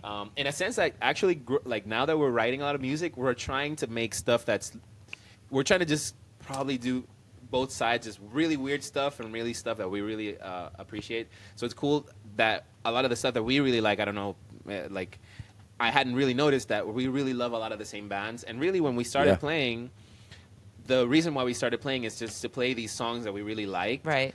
And that's kind of how we really bonded the first time that we played. So it's cool. I never thought about what their favorite bands is. I Yeah. don't really think Yeah. about it much. So Yeah. Well, We don't really but know 'cause each you guys other. are a band, so who We don't knows? really Like, know each other much. Yeah. So like, I'll say this because Luis is like the newest addition to like the family. Okay. So like we've played with like I want to say like 3 different drummers that are like virtually family at this point. They're like our brothers, and they're all phenomenal musicians. They're all like jazz academic drummers, and in a sense, and I'll say this to their face because I've talked to them about this. Because they're so technical, they kind of look at rock as this almost like Neanderthal, simple kind of music. Okay. Like it's not jazz, it's not. Yeah, I pop, was just gonna type say thing. you're jazz. Not No, not you're even not. no. You don't do jazz too? Luis is a rock just fucking you. machine, dude. No, No, no, because like, I'm not a jazz guy at but all. I It- feel like the jazz drummers that can play jazz and play rock, they're like so good. Mitch Mitchell. Mitchell, there you go. Yeah, Hendrix, that's- right? Ginger Baker. Ginger Baker too. Right. Oh, Ginger Baker was a jazz guy. Okay. Yeah, there's so many people. So it was just really cool to like, cause like sure these jazz drummers that we played with, and they learned their songs and they played with like the best of disposition and everything, and they killed it. But again, like they approached rock with a different kind of touch and a different kind of nuance, and it was really cool to finally meet like a rock drummer. Right. Which was like I remember like I met Luis. We went to this like Cuban place in Wynwood Yeah. to see like some Latin music, just random day of hanging out. great and I met him musicians. there. That, Phenomenal. Like, always great musicians. It's a place Yeah. called Sha. Okay. It's in Wynwood. I don't know where is that place again. Like It's out there, but the cool thing is like it's one of those situations where like it's a really small club and everybody that Yeah. there was a musician and we didn't know. When I exactly. met Felipe, I didn't know he was like a musician. yeah, I didn't know. Yeah. Yeah, whatever. And then we kind of started Yeah. really talking Right. about bands, and that's kind of Yeah. That's kind of how we decided that we wanted to play. Yeah. And it was like they didn't know. I think none of you guys.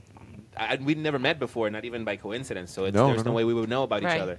But once we did, it was pretty obvious that Right. it was better to. Yeah, stick I around. think when you told me you were a drummer, I probably assumed like, another fucking jazz cat, another like, and then like, because he did like he did a gig with our friend Ricky that played bass with us, and it was not a rock gig. Okay.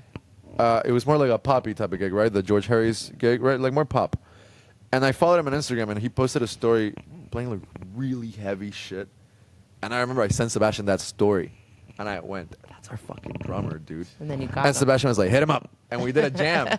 And we literally didn't have a space to rehearse. This was in Sebastian's old house, and so like we literally set up a drum kit, the In the amps living room. in the living room of this dude's house, and like the Diego, our producer, he was the one that played bass during that jam, and we just jammed, and we've never done that. We literally just went like, "All right, dude, you like the Foo Fighters? I like the Foo Fighters. All right, let's play My Hero. Right. Fuck it." We just jammed. That's fun. Yeah, and Diego, our producer, he's a very like not cynical, but just like very like straightforward, honest with us, which is great. And he's very hard to impress, which is also good to have on your Right, side because exactly. I always think everything I write is fucking amazing, and then He's it turns also out it an amazing isn't. drummer. And he's also a phenomenal drummer. Okay. And yeah, amazing. He's a better guitar player, singer, bassist than all of us. And Luis left, and he's like, "That's your drummer." So the fact that Diego gave us like Right. the stamp of approval, no. So like it's really cool to like have this lineup, Right. you know, where we feel like we're in good hands. You got a know? prize. We got a prize. Yeah. Oh yeah. That's awesome. Love you, bitch. All right, so we'll move to my next segment here. You've watched my podcast, so you know you can tell mom anything. So I'm going to ask a variety of This is questions. gonna get real uncomfortable. No, it won't. They're not crazy questions. But does anybody need a drink or anything? I'll take one. I'll take one too. Yeah. I'll take another beer. This is really fun. Thank you so much for having us. Yeah.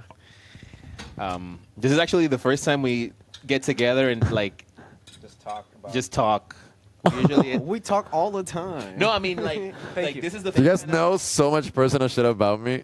It's uncomfortable. It's the first time we get together and we're only ask ourselves Yeah. to talk. Come on, Noah, I don't know if I'm indulge. saying it right. like indulge in about ourselves. Oh, Type right. shit, The right. first interview, let's say that. Right, First right, right. interview ever. Yeah. Well, we do talk a lot. You know what's funny? That we talk a lot about the band, Yeah. but I feel like here we're learning a lot about each other. Yeah. Funny. What was your name again? My name is Noah. Nice to meet you. Oh, that's so funny. If we're going to learn some more about. Oh God. All right. Okay. Let's do it. I can't afford for therapy, so this is the best second thing. Okay. So I know we spoke on this a little bit. Outside of music, Right. your jobs, what do you guys do? So formally tell us what you do. I know you briefly mentioned it. So I work at a gallery that I met Sebastian at 7 years ago. It's in Wynwood. It's called Wild Grace Vintage. It's a really, really interesting place. They sell vintage cars, vintage guitars, vintage watches, and it's Cars also as well? vintage cars, guitars, watches, and it's also a coffee shop. Oh yeah. Okay, well that sounds like So it's something really that- cool. That's interesting. It's a really fun job. I'll tell you that Yeah. much. Lots of surrounded by I music. probably could not afford What'd you say? anything in there, right? Said it's heaven and earth. Oh, okay. What do you think? I don't know, dude. I don't know. Is it super expensive? It can be. Yeah, I'm sure. It can be. I'm sure. Definitely. You want to can. buy the watches of the cars. Yeah, exactly. Like, you want a coffee? I can afford that. Here for the coffee. You know what- I'll hook you up with a latte. You want a Rolex? How yes, it can get extremely expensive. But the thing, I feel like the whole attitude of the place is not about look at all the expensive things I'm selling. It's kind of like we love Have this fun. shit. We want Right. to share it with you. Like Yeah. you want to play a $20,000 guitar, play it. In fact, That's I awesome. want you to play. I want you to Yeah. experience that. Yeah, yeah. That's that awesome. whole thing. That's a really kinda cool like, experience. Yeah. You know, educating people and kind of like showing all that to the world. Mm-hmm. It's awesome. It's a really cool spot. I still haven't been there to like be Really? in the shop. Bro, you I gotta should, come I should here, go. bro. I'm working tomorrow. Yeah. Let's go. Field trip. I went to Savage Yeah. Labs and I was outside of it, but it was closed. It was like 9 o'clock. You don't want to visit me at work, bro. I should come He'll in. hook you up with the latte. Are you working I'll- Sunday? I'm working Sunday, dude. I'm coming in, man. It's a date. It's a date. He visited me. Yeah. The fuck, See? dude? I'm glad I could bring this together. Good. Just airing our dirty panties in front of the camera. yeah, dude. You can go for a coffee and a G3 RS Turbo. Yeah, no pressure. Yeah, I do that, and I go to Full Sail University online for Okay. like sound engineering production. Nice. Yep. All right. Takes a sip. Proceeds. He needs that. Oh, maybe we'll move on. No, I'm just kidding. That's in the first sip of beer. Oh, yeah. Wait till the second. That was not the first. Right. He was drinking while he was driving. I'm here. an English teacher at a private high school, actually. Are you? Yeah.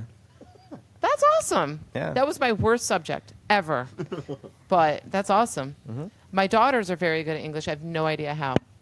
Not for me. But that's awesome. How long have you done that for? This is my first year, as a matter Okay. of fact. Do you like it? Yeah. What grade? 10 and 11. Oh, that would be a hard grade for me. Noah's also a great writer. You little shits. Yeah, Oh, yeah. I write a little bit. Yeah. That's true, too. Man of words. Yeah. Man of Totally. sounds. That's nice, though. Man of turning down knobs. I bet that. I bet that you're probably one of the favorite. You're a younger teacher. You know, you're a favorite. You would think that, but No, they don't like you. no. I He's made just sure they don't. I have high standards, and you know, They don't. sometimes there's pushback against that. Do they know that you're as cool as you are, though? That you're in this band that They plays. stalk me online, so I'm 90% sure that they know everything about me. They saw my wedding website online, Lord. and they're like, "Oh, you have a YouTube channel?" You know, they're like, Oh, you know, they only do it because they like you. that's what I'm hoping. It is. Yeah. 100%. They get extra Yeah. credits if they go to our shows. That's not true. That's You not heard it here true. first, kids. and Go beers to the too. shows. I will flunk you if Extra you come credit. to a show. All right, if you're out there. Oh gosh. Well, you're at the gallery as well, or are you no longer there? Kind of. So yeah, I mean, I do work for the same company, but what I do is a little bit different from what Felipe does. Yeah. I'm kind of more in the back end. So Okay. I actually started doing the same thing that he's doing now, but over time it shifted into kind of like the social media person of the company in a Okay. way, but not just like managing. It's actually like creating all the content. So a lot of times my job involves YouTube videos, a lot of photography, a lot of like short form content. So it's it's very very fun. I get Yeah. to play a lot of music at work. That and sounds like fun. yeah, and you know, and I get a lot of creative freedom with what I do, and obviously, you know, what is not to love about a place that has cars, guitars, coffee, Exactly. watches, you know? So it's kind of like you know, I feel very grateful for that. But yeah, it's mainly just like mainly YouTube photos, things like that, kind of like media stuff. Right. Okay. Same. I do media like But not the design. same company, right? Not the No, I same didn't- company. No. I do freelance right now, and like just everything from like photography, videography, social media, design, like anything media related. That's pretty much what I'm working Okay. with. Yeah.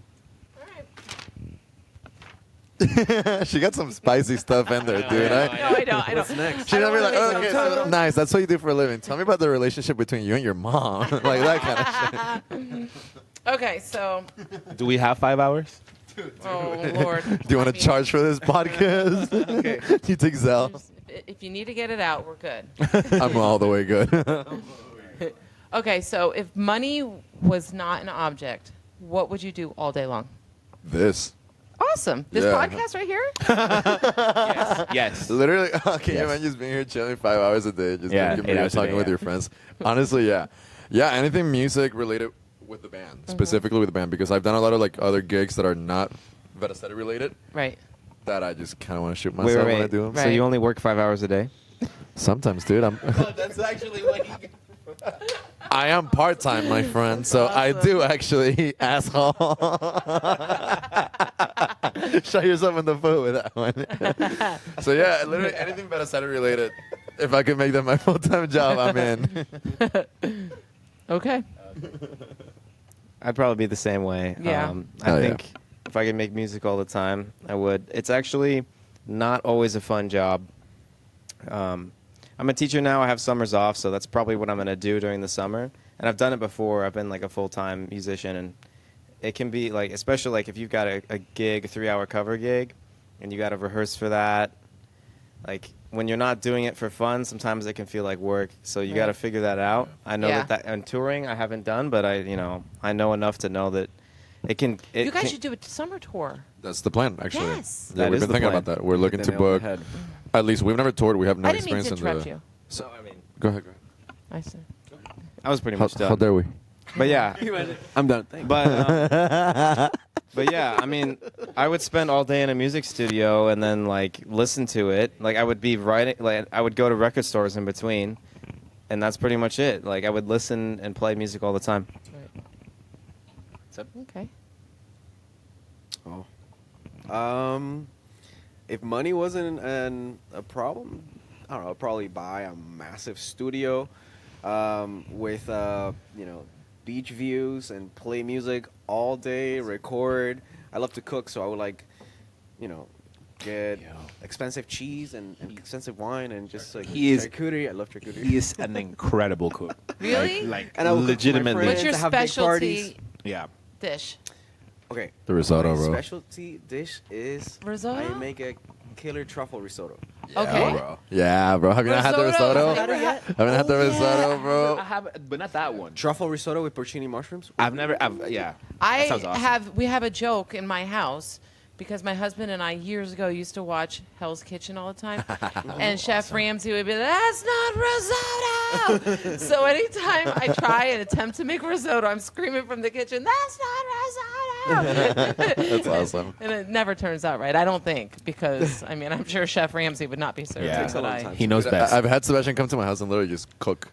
That's awesome. And I just watch and drink. should have Like he started this made earlier. with his girl chicken tikka masala, was it? Oh yeah. Oh, the Indian meal? Yeah. That's my favorite meal. Dude. My Really? favorite Indian meal. Yes. I felt so bad because I was Oh so my useless God. that night. All I did was like drink and eat chips while he was like You hard don't at work. understand. Like that It was the is best thing ever. Oh my God, there's this Indian restaurant in Coral Springs called Arun. So if you're ever up there doing a gig, you got to go try theirs. I'm into so it. freaking Yeah. good. Love it. Yeah. Go night. Balling Going out. right now. Yeah. Um, I'm a people person. Oh, sorry. No, like Wait. it's in summary. I will make food, play music, hang out with my friends. That's it. That's true. awesome. That's true. And That's awesome. The intrusive he's thought, done it bro. before. Like, he made like. Yeah. Yeah, you're good. No, that you made that chicken al pastor. That was fire. Yes. Yeah, that was really good. He When made was that. that? Was- End of the year or something. That I was, don't remember. that was I think holidays. Friendsgiving. Yeah. Friendsgiving. Let me ask you, do you like baking as well? You know what? I know feel I like do. I'm a little bit impatient, and baking just takes a long time. Yeah.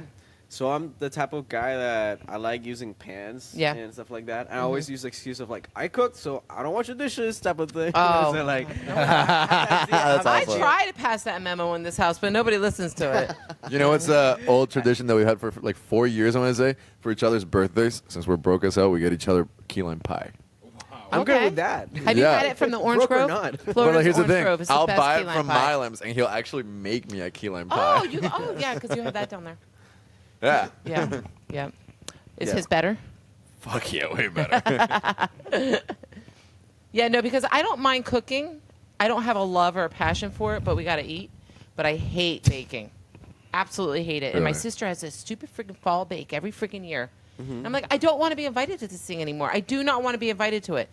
My cookies look the worst. They taste the worst. I thought for sure I was winning this year, though. I thought I had the winning cookie. Not by look, but by taste. I lost again. I'm like, I'm not doing this shit. I'm going to buy some fucking Chips Ahoy, put them in baggies, and I'll show up. Listen, kind of cookie was sometimes it? that hits. What was my cookie this year? It was something good as hell. I'll have to look at the pictures and get back to you, and it will remind me of what it is. That's going to drive me crazy now, though. And then how about you, Luis? What would be like your thing to do if money was no object?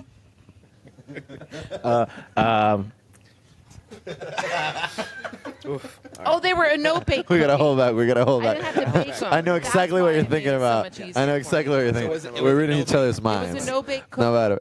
And it was If y'all apparently- saw it, it was y'all good, saw it. but Yeah. It was a no-bake. Yeah. That's why I... It didn't make the cut because yeah, of that. it's coming back. It was like a peanut, like almost looked like a Reese's peanut butter cup, but it was like peanuts and chocolate. And I just melted chocolate, and it was a recipe. I didn't make it up. And I put it in like the little thing, and then Yeah. I still lost. Man, I was never a fan of peanut and chocolate. Sorry. No, I'm not either. Like I was trying to go for the simplest thing. I didn't have to freaking turn the oven on. I feel like there's peanuts and then there's almonds. Almond Wow. butter, dude. Almond butter all the way. Yeah, no, this was 100% peanuts. It was not. Yeah, it was peanuts. Yeah. Can't believe you're discriminating against peanuts, bro. Sometimes you got to do it though. Sometimes So you gotta- I love almond milk, but do you drink almond milk? What kind of milk do you drink, real quick? Real quick. Dog, I like my coffee black. I don't know what you're talking about. No, Not even- No, I like oat milk. What the fuck? Oat milk. There you go. All right. I Yeah. drink regular Oat milk. milk. Doesn't. Almond milk doesn't taste like anything. And it has like All some right, sugar. so I if, hate if both money of was no those. object, All right, guys, shut the fuck up. Well, Luis, obviously, take the floor. money isn't an object to them if they're drinking oat milk and almond milk, okay? Because that shit's expensive. It's truly How is. much peanut butter would you buy if money wasn't I think I would get one of those rooms, like I would get Scrooge McDuck's room instead of gold. It's just peanut butter, and you just swim in it all day. some Charlie factory? Chocolate factory. Charlie and the peanut butter factory. And it's just the Reese's factory. There you go. Yeah, same as these guys. Pretty much, be able to spend all day around music. I love, doing like, every type of gig possible. But Right. if I could, I would just do this. And I have another project called the Cuartito Sessions where we bring artists every week, and we have like 2 covers, and we, as a band, we've been on it, and so it's like just being able to like explore fun. again every single part of being able to be in music, because I feel like you need it, and Right. I need it. I would also love to make movies. I would like probably make a movie or You know two, what? That's cool. Me too. Yeah, it'll be interesting. Dude, we should make a short film. We should make that. My daughter makes short films Yeah. every single day. Second My that. 11-year-old, amazing. her and her friend, they have That's awesome. iMovie. Is that what it is? iMovie? And- Yeah. Oh my God, we've got, I don't know, like Chippy Chippy Choppa 1, Chippy Chippy Choppa 2. Like we've got all the sequels and we have to watch them every day. It's just crazy. That's awesome. But yeah, no, it's fun. Your imagination. Yeah. Okay, it's upside down. Well, we know you guys are all taken, right? Yes. Yeah. Yeah. Yes. Okay, we'll skip past Very that. Sorry, ladies. For years and years, we've been taken. Yeah. Yeah. When did you get married? Last year, but we've been together for like almost 7. That's awesome. And I think that might be yours is also 7. 5, and then yours is even longer, and yours is even longer. We don't want to talk about that right now, though. I did have a band once. They all have girlfriends, and they DM'd me Womp later, and they're like, "Hey, could you take that part out?" And I'm like, because they're all really good looking guys, like you guys, And then I was like, "Yes, smart move. Good looking guys need to be single for all the ladies following the band." And they're like, "Exactly." They actually requesed that though. They Wow. literally DM'd me and asked me, That's funny. "Could you take that part out?" That's very funny. And I did. I did. Well, part of our image is being stable and committed. Yeah, when you I'm see kidding. when you see us, you think stable, and Dog, you're definitely Stability. the mom, bro. You're definitely I know. Yeah, we're very highbrow That up in is this band, so as you can funny. tell. Oh my god. All right. Okay, they're all taken. Sorry. Okay. All right. Aside from your everyday necessities, what's one thing you could not go without? Holy shit. Skip me and Luis. There you go. One thing. I have the perfect answer in my mind. I'm just not gonna say it. Look, so I would say. I'm not gonna say it. Look, You guys I are all would say. fucked people. What are y'all thinking about? You guys are all Um, fucked in the head. Look, I'm just. I'm trying not to say anything crazy. Okay. Never mind. Yo. Probably listening to music early in the morning, like kind of like setting the tone of whatever the day is going to be, with maybe listening to something, maybe a podcast, like anything that's kind of like driving to the next thing, or Yeah. because like editing or whatever it is can be so boring without like a soundtrack. So Yeah. probably adding a soundtrack to something. Okay. Yeah, I was gonna say my headphones. All right. I have this pair. I got a pair of Sennheisers a long time ago. Sennheiser headphones, Which and ones? they were HD 519s or something. Okay. And I have like 7 or 8 pairs now, and I like listening out of speakers and other stuff, but like I need headphones. I need Like a headphones, good pair of headphones? for anything: movies, music, gaming. I don't really game anymore, but headphones are like I need them. That's how I relate to the world, through a pair of headphones. It's usually how you talk to me. Interesting. How about you, Subs? I don't know. I mean, every Spatula. day. It's the one constant. Lately what it's been, literally, it's gonna sound funny. Touching grass. Okay. So- This is odd. We're going south. A little strange. Told you he was vegan, bro. Told you he was vegan. No, like okay, I have this habit. Touching that I- grass with your feet, or getting down and touching like No, look, I feel like okay, so life. Where's or this going? grass. Which grass are we talking about? Listen, she's got a point. What you gonna do? I'm just trying to understand this touching grass daily. No, like literal grass. Like I just go in the backyard and I lay down for a second. I feel like things are so high paced sometimes that I just need to take a moment to That's- be with myself. You Yep. know what I mean? In my own I brain. get that. You know, we're all addicted to our phones. Yep. As Yeah. ADHD as it gets. You know Yep. what I mean? The world's like burning. And what I'm trying to say is that I just like to have that moment of peace. You Yeah. know what I mean, for myself. I And get feel that. like that's very important. I feel It like is. Without that, I would go crazy. Yep. You know, You have to sometimes, like, self-reflect and Yeah. yep. Basically, yeah, Yep. and meditating and stuff like that. But mostly just sitting down in the grass, getting a little bit of sunlight, Yeah. and just like breathing and getting ready for the day. And Yeah. just Yeah. getting all the Yeah. juices flowing. Exactly. Yeah. That's good. I like that. Yeah. No, it's funny. I relate a lot to that because I'm not shy at all, but I'm very much introverted. And like, if I don't have some sort of semblance of time for myself, I have like no social battery. I feel like I just don't function. you Yeah. know? Yeah, so I relate a lot to that. I've been walking a lot from my house into work, and I feel like that time is so precious to me. You know, regardless of how miserable the heat is to be No. walking. It's true. You know, I get it because I love it when everyone leaves the house and I'm just here alone cleaning. That's the best. Yeah. Best feeling ever. It's the only time I'll clean. Best feeling ever. My husband told Yeah. me I was on strike. I said, well, you guys have not left. Yeah. So that's it. You know when I felt like I was an adult? One for fun? When did that happen? Tell us. Right now. Give me 2 minutes. When I felt like I was going on IKEA websites for fun, just looking at like shit, Oh like, my God, I like- got lost in IKEA. Yeah, I got IKEA right here. I literally went, yeah, I got lost. Like, I guess I got lost. I just kept going in a circle and I was not finding the exit. Right. And IKEA's Yeah. cool. I IKEA's like the going to IKEA. shit.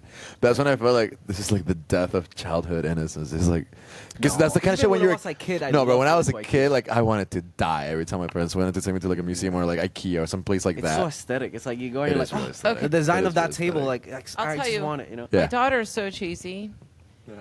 She had her first kiss at IKEA in the IKEA parking lot, and it's just Oh. she just thought it was the greatest thing. I was It just gonna ask you what Mom. section. Yeah, it's called a It was, Swedish kiss. it was the parking lot. Yeah, I'm like It was a Swedish kiss.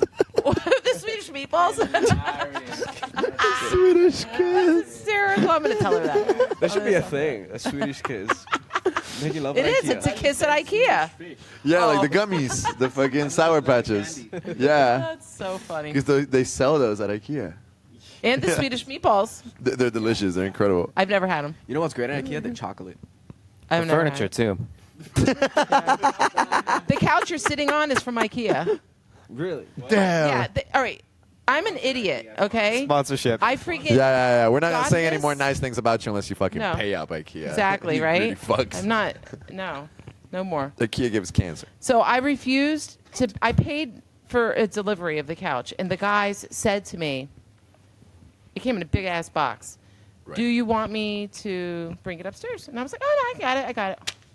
Biggest fucking mistake You of my didn't entire get it. life, because it was not any extra money. It was like, it took us about an hour and 45 minutes to get the damn boxes upstairs, and then I realized as I'm putting the shit together, this is all in fucking pieces. I could have Yeah. brought one piece at a time upstairs instead of chipping the wall and freaking Oof. fighting with everybody around me. Do you ever do that where you're like, where the hell's my brain at? All the time. But in my Every defense, day. I had no idea it Where was is in boxes. my mind? Oh my gosh. Okay. All right, guys. Every day. That happens every day. We're musicians. There's a reason we didn't go to law school. That's dude. true. Yeah. Yeah. All right. So, what's the most daring thing you've ever done? Most daring Luis, thing? take it away. Oh, okay. So I got a cool story. Well, we He was ready for this my question. Right. my old band.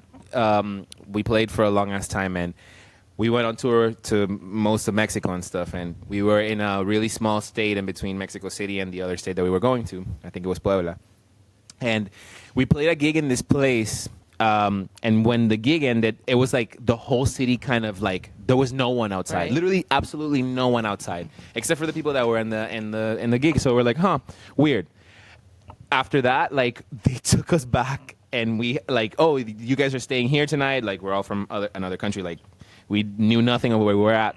We had to sleep pretty much like on an unfinished house. Like the house had no windows. It my wasn't God. painted. It was in the middle of nowhere. And we were all like just like sleeping there, and then Were you scared? I was super scared, but Yeah. I was also like, you know, I am in pretty much on tour in Mexico. How bad can this really be? Really and bad? Then, it could be bad. It could be bad. Okay, so when we took the trip, like it was like such a long trip. At some point, we were like in a regular street, and then dirt road, no lights. and we thought this is the end. And then when the sun came up, we all went outside and like stood as the sun was hitting us because it was super cold. So I'd say that was pretty daring to Yeah. do. That's awesome. Yeah. I'm trying to convince them to do the same, but they're scared of getting kidnapped. I'm like, guys, Yeah. it's not gonna happen. No. We're It too could. pretty It's for not that gonna shit. happen. It could. I was. They don't- nearly they're sold not for worth sex enough. Trafficking in Mexico with my daughters. My husband didn't seem to care. He just needed to buy tequila, and he left us right there with the two men. That were smiling and laughing and talking in Spanish, and for about 45 minutes, left us there while he Yeah. was taking Great time. testing the tequila. I almost Fun left times. him. I like your socks. Thank you. Yo, what socks you got tonight, bro? These are plants. They're not Potted just plants. plants. So you can see we love. They grass. look like Yeah, succulents. they're palm fronds or something. I don't know. Oh, they're Oh. succulents. Those are. There's something for those. Those are. Yeah, ask my wife. She'll They're know. succulents. Ask your wife. She's going to tell you they're Yeah. succulents. Put them up like. No. No. It's If you see, Not for free. They're not saying those feetsies for free. it's either cactus or succulent. this hurts my. This one's sterile. Send that to the fucking students, bro. They'll let you know. They might recognize these socks. I'm gonna probably have hashtag your some. name so that when they Google you, they'll Oh my find God. this podcast. There you go. This will Mr. be the Reese, most watched podcast also known ever. as Hell Daddy. yeah. Wait, what? What? You said something? Most daring thing. Probably changing careers. Okay, So- so what were you? Okay, tell us. First all day of about college. it. Okay. Obviously, being a musician is not for everybody, and at the beginning, it wasn't for me either. So I was gonna be a graphic designer. You know. I've so learned I- a lot of musicians are graphic designers also, which is crazy. I feel like like graphics and music go hand in hand. Like just like visuals and music go hand in hand. So yeah, I've seen it too a lot. But anyways, my dad's a graphic designer, so I grew up with that at the house, and you know, always loved it too, alongside with music. And I did one day of college as a graphic designer. And on my way back, I didn't have a car back then. I was riding the train, and something was off, something was bad, and you know, I called my dad and I told him, hey, like, this didn't go as I thought it would.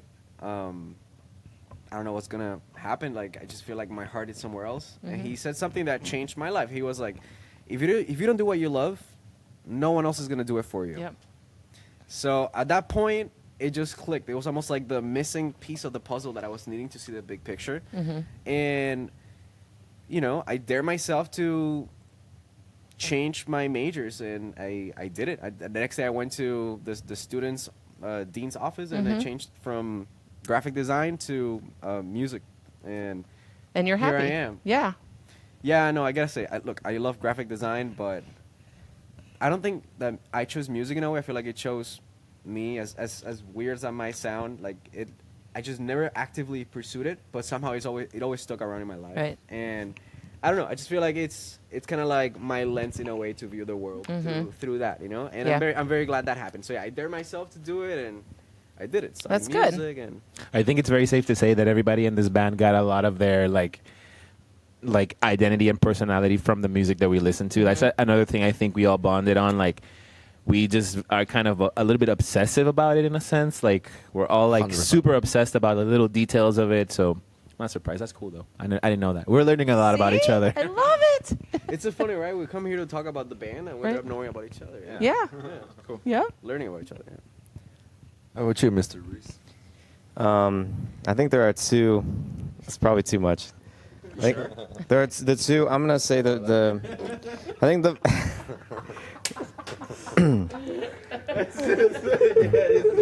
all right. That is, Somebody Photoshop that, please. Did you get the picture? I did. Oh.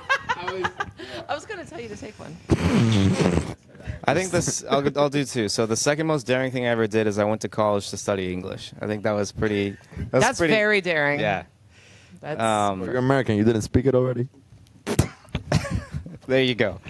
But for me, the number one thing is Yes. actually like singing in front of people and singing on records and like putting yourself out there. I think that's probably the most daring thing that anyone can do, because everyone's voice is a unique instrument. Like, and like I play bass, you know, he plays guitar, he plays drums, but like everyone can play an instrument that's in their throat already, and that instrument will always have its own unique timbre, and it's like a lot of people are just afraid to discover that. But I think that's just because it takes a hell of a lot of courage. Even in this band, like we're all starting to sing now at the shows, and you know, been really even fun. though we've all sang in front of people, like sometimes I feel like I'm sure you still experience this of like not wanting to sing sometimes. Maybe 100%. I feel like it's the most tedious instrument to do on a constant basis because like it's the one that wears out the most. You know what I'm saying? Like you really need to know how to take care of it, and it's such a hard instrument to learn. Because I can sit with a guitar in front of you and tell you play this note, this fret, it should sound like this. But how do you show that same kind of explanation with your voice to a kid, or even just like watching YouTube videos? Like it's a very weird kind of trial and error instrument to learn. You know what I'm saying? So me, I've never had like professional singing lessons. I wish I had. Like, don't get me wrong. Like I'm not one of those guys that's like, nah, I'm just like self-taught. Right. Wait, you You haven't? literally sang at Carnegie Hall.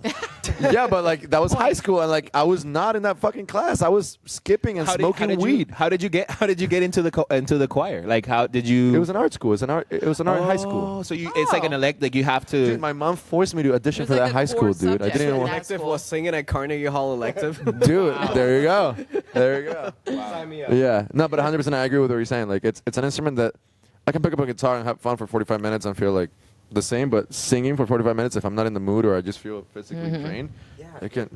Can I butt in one more time? Even in front of my wife, like there are times that she'll be like, "Sing me a song, like play us," and I'm just like, I sit down with the guitar and I'm just like, this is too vulnerable. It's too exposing. Want the guitar? You gonna sing us a song? Let's do it right now. Let's do it. Totally, bro. Right now. Let's do Noah by himself. Let's leave. Let's get out of the couch. Play some mean cucaracha. Why don't you play her the acoustic version of Drinking Buddy so she can hear it? Yeah. we'll hold the We mic. could. We'll hold the mic. We could. All right. Just make sure it's tuned. He doesn't know how to. I'm sure it is. He doesn't know how to do that. Here, Watch your head. I got it. I used to live in an attic. What do you say about being an addict? Oh, this is my attic right here. I want to convert that to. Harry Potter? I had. Oh, was there a pic there or was it in your pocket? Nah, bro, he was Gandalf. Look at. Definitely in tune, right? ¿Qué entonación es? Dude, you match that guitar, man. Dude, that's so. You actually. What do you need? I need a tuner. That's what I need. We're gonna do this. I'll hold the guitar mic. Do your thing. Do your thing. Do we have tuners? I should have one myself. We have two If right I- here. Next to your head. Use them. Watch your head. So Yeah, you're I'll hold up to your voice. All You right. do the guitar. And I'll introduce the song. I'll introduce the song real quick. I do. So while Felipe's tuning, I'll just let everybody know that this is like a song that we wrote as Veta Ceti probably about 2 or 3 weeks ago. I say 3 weeks ago tops. I think we probably did it in about 4 or 5 sessions. Yeah. And Felipe came in with the idea, and Felipe and Noah came up with the arrangement, and I think everybody else, like, we pretty much played it until we knew what we wanted it to sound like. Okay. And this is what's going to be played tomorrow night. This is going to be played tomorrow night, That is unreleased. This is Actually- an exclusive. The very first It's got time. the unofficial name of Drinking Buddy. Buddies. Okay. Yeah. It's And never been played in public. It's never, nobody has ever heard this song except for the people in this This band. is very exciting. Yeah. How's that? You good? And And we. this is how you tune a guitar. This is how you tune a guitar. I mean, this is how you tune a guitar if you don't really know pitch or anything like that, like if you're tone deaf, but some people can do that, you know. No, but honestly, like Set the fucking drum. right, that doesn't know. Can you say that again? Set the fucking drummer. Yeah. Okay, cool. Are we going? Are we waiting Yeah. for Sebastian? What are we doing? No, let's He's heard start. this song and then when before. He comes in, he's gonna show up. Right. I'll do the.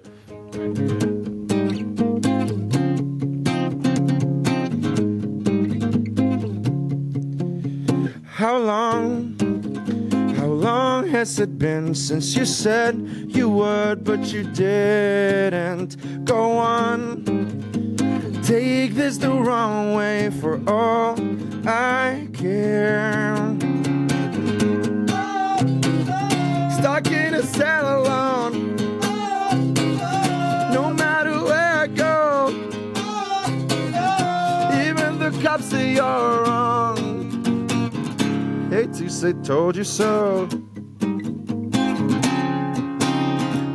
Ooh. So wrong, but it always tastes good. I go numb when you're calling me out. I somehow, you're the one in the wrong when all you do is looking out after me. Stuck in a cell alone. No matter where I go, all I want is to go home. Go home. Go home.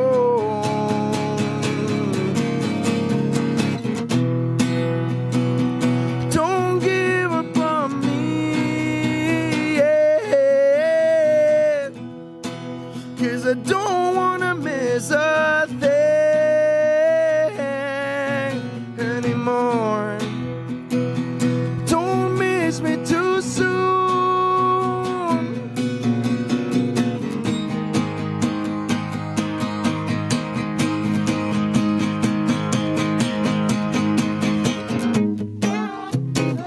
Stuck in a cell alone. No matter where I go, even the cops say, how long has it been since you left? Come on, fucked up the lyrics. Someone take this the wrong way for all I care. There you go.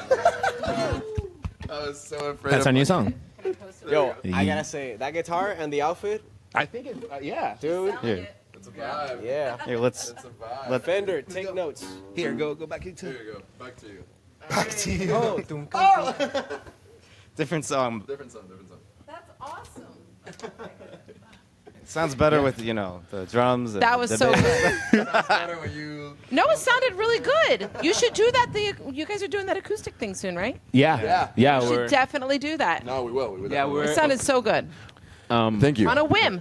You Thank weren't you. even prepared. Not at all. And, That's professional. and I don't drink, got you. so I'm like such a lightweight that like 2 beers is more than enough for me to like forget how More to than I play should. any instrument. He's gonna so- reference all the You songs. did good. Body after Yes. all. There you go. It's called true. Drinking Buddy. There you go. And there you I'm go. part of the drinking buddies now. Exactly. Please just lie to me and tell me that, okay? No. You're the drinking buddy. Yeah. Don't watch your hands. So that was a really cool song to write because that's the song that we wrote together for the first time as a band Right. with this lineup. Of course, different kind of scenario where a rock band, like electric guitars, Right. drums, that kind of setting. And it was really, really vulnerable because that song, of course, as happy as it may sound, it's about like having a family member that's like dealing with addiction, in terms of like of course, substance abuse, and it was really, really interesting and very much so like therapeutic to like sit in front of like.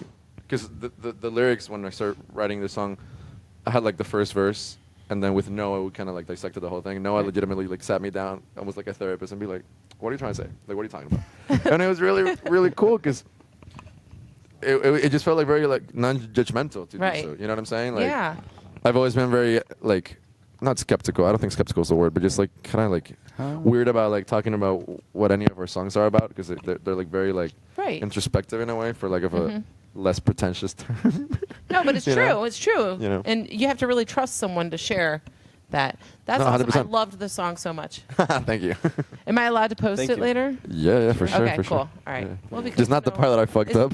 It's the big debut. Yeah, so Yeah, we there were you go. talking earlier about singing being vulnerable. Like the way we just did that, I feel like it was just a sharing and a joy. Yeah, it was fun. But it's not always like that. I mean, again, when you're not in the mood, it can be like really painful. So. Yeah. Yes, but believe it or not, I feel like I haven't been in the mood this whole last week. Like I've had pretty much of a rough weekend. Like the thing that has like cheered me up a lot has just like to me with you guys and just like And coming here. Sharing. yeah, and just like doing the 100% because I'm just talking about the project that I love so much and I believe in so like wholeheartedly and so like stupidly. You know, when you believe in something that you're like straight up, I feel like the people around you have to think that you're stupid Yeah. to believe in something so Hello. hard. Like Look at who you're talking to. exactly. So like, it's like when you were asking us like what's the most daring thing, I wanted to say like back in 2019 my family. I used to live with my mom and my sister. Now they live in Madrid. We were like, Shit, you did it. You did it. You did it. the fuck? It had to be the drummer. someone does If somebody it does it, every let it be the single drummer. time, Let it be the drummer. It's usually Yeah. the shortest one in the band, though. And interesting. Yeah. Because they usually My just head's fine, pop- dog. So like when gotta you get the ask like helmet. what's the most daring thing, like back in 2019, like my family was not doing the greatest financially, and so my mom and my sister, they kind of made the decision, the responsible adult decision of like, dude, we gotta go to Spain because we're like from Spain. That's awesome. And so and I That's was, like a dream to go. I would love to go I there. mean, Go on. I've been to Spain to visit them, and trust me, I love it. Yeah. But at the time, I was living at my uncle's house in Boca, Okay. like just like sleeping in like a separate guest room type shit. And the only reason I didn't leave to go to Spain was because of the band. Right. And I would live in Boca, and I don't drive, so I would take a train every single day at like 5 a.m. to go to school. Oh my God. And then after school in Miami-Dade College in downtown campus Wolfson, either him or the drummer would pick me up from class, and we would go to our warehouse and rehearse all day long. And if I couldn't go back in time to my uncle's, because he was very strict about like times, he didn't. If it was like past the time that he was already sleeping, I couldn't Right. go back to his house. Oh, wow. So it meant I had to sleep at his couch or at the drummer's couch, Right. and go to school the next day with like the clothes from like the day before. Lord. So like it was just very stupid commitment to a band that didn't even have a fucking name. You know what I'm saying? And I remember when I was Look at where you are now. no, 100%. It's Yeah. cool. It's really cool. It's very humbling. It's very awesome. Like Yeah. for example, when we first like started writing music, I remember like it's so cheesy and so embarrassing, but I went to fucking American Idol, and I got denied. Like That's not cheesy. Like I made it all the way to like the celebrity auditions. You got to Right. to audition in front of the celebrities? Yes, I made it all the way. Katy Perry? It was Katy Perry, Ugh. Luke Bryan, and Lionel I Richie. just hate Katy Perry. Me too. Wait, Lionel Richie was how- the shit. How are we just? Hold up. So check this See, out. So you check this out. So learn check this out. something new on the Stage Mom podcast. So check this out. Check this out. Check this out. Out of the whole story, you guys get the most excited about Lionel Richie. I Literally. love Lionel Richie, bro. You guys, I hate you guys. I hate- Boca. The original Sammy Sosa. Hello, is it me you're looking for? He has other songs other than that one. I don't know them. Yeah. Dancing on the Ceiling? Or, Oh, yes, all that- night that's long, him? I should know this. Morning, Yeah. Sunday morning. There you Easy, go. yeah. So, anyways, like I made it all the way to like the But audition in Lionel front Richie, of the. though. I'm just kidding. I'm just kidding. I'm playing. Sorry, man. Keep going. Just like this, like that. With the mic. So I made it all the way to the audition with the judges, and they destroyed me, dude. That was the most humbling experience of my life. Because up until that moment, I thought I was the shit. I don't think that Lionel Richie he was the destroyed nicest. you. He was the nicest. So I remember exactly what all these motherfuckers Katy said. Perry did because she thinks she's so much better than her. No, she was a dick to me. Yeah, I'm sure and like she was. I'll talk all that shit in the world. I Come will for too. me, bro. Come for me, We'll have bro. a Katy Perry bashing. Yeah, come for me, session. plastic bag girl. I don't care. Yeah. I can't. What is it? What is it? As soon as I finished the song, What song was it? it was a song by David Ryan Harris, the guitar player for Yeah, John Mayer. yeah, yeah. Beautiful song, Shelter. That was the song that I auditioned with. Oh, that's a good song. It's a beautiful song. And so I auditioned with that. And the very first thing that she said after I was done singing, she said, too loud. Like that, Okay. bro. All right, let me just tell you something. And in my about head, I was Katy like, bitch, Perry. you have a song named No. Roar. Yeah, Like, yeah, exactly. you know what I'm no, Let saying? me tell you. Anybody that knows me knows how much I cannot stand her, and it's all because I used to work at the venues and sell like the merch. Right. Just because, like, if you're gonna offer me money to do it, like, I don't pass up an opportunity to make $1. So I would, and it's still in my head. Her high pitched fucking voice. Hi guys, hey! And I'm like, oh my god, No, who is no, this no. fucking person? It Yeah. was unbearable. It was unbearable. And that is my thing. So it's funny that she's saying too loud. She said, that's the first thing. She just Because went, that was about 10 mind you, I was 15 years ago, 19. and I'm still I was thinking about it. 19 and I was waiting in the cold in Idaho for 12 hours to audition for these people. Okay. You So, went like, to Idaho for this? It was in Idaho. Oh my god. So I auditioned in Miami, and then they That's sent me to Atlanta, and then they sent me hilarious. to Idaho. Oh, because you made it. It's past multiple all the- auditions. So the Oh, very first okay. audition, I got to this audition without looking for it. I played a open mic in TM Poets, and then Okay. the owner of TM Poets was like, "Oh, I have the contact. Would you like to like skip the line and audition for Mm-hmm. free?" So I was like, "Ah, fuck it, why not?" I didn't have a band or anybody. I didn't. Right. I think I knew That's Sebastian, still but I a was good like, opportunity, you had regardless. been playing with us for like a a month, I month think. type shit. Yeah, exactly. Very, very early. Very early on. Yeah, we were not a band. How did you guys take the news when he told you he was gonna do that? I have no idea. I don't remember. I knew it. I remember I told you Oh, guys. dude, it Did was you guys so make fun of casual. it? He was like, "Oh, I'm going to American Idol this weekend." Right? Yeah, literally. It's kinda like So that. like, Katy Perry said that, and then Luke Bryan was such an asshole, bro. Was he? And I'm scared of talking shit because he's a cowboy, and that boy got guns. So like, He ain't a real cowboy. I'll tell you that. so like as soon as I stopped saying, he was like, do you play live, boy? And I was like, sometimes, man. And he's like, do you ever notice when you're performing live, people get up and leave? Did he? He really Are said you that? kidding Like me? that, dude. I'm not For real? sugarcoating it. Because I would never. I wouldn't go to his concert for free. Bro, he No. said I was That's 19. hilarious. Come on, the only thing that guy has You gotta going for admit. him. Let's just talk. All right, this is just funny because Yeah. I hate The Voice because of Katy Perry and Luke Bryan. Those two. Yeah. So the only thing he has going for him is women that like the way he shakes his hips. He can't sing guess. himself, and I always wondered why I've they never heard him picked sing, so I don't. to be a judge. Like, why are you judging people? Like, he can't. Yeah, so whatever. Luke Bryan, Katy Perry, don't mess with my man here. No. Yeah.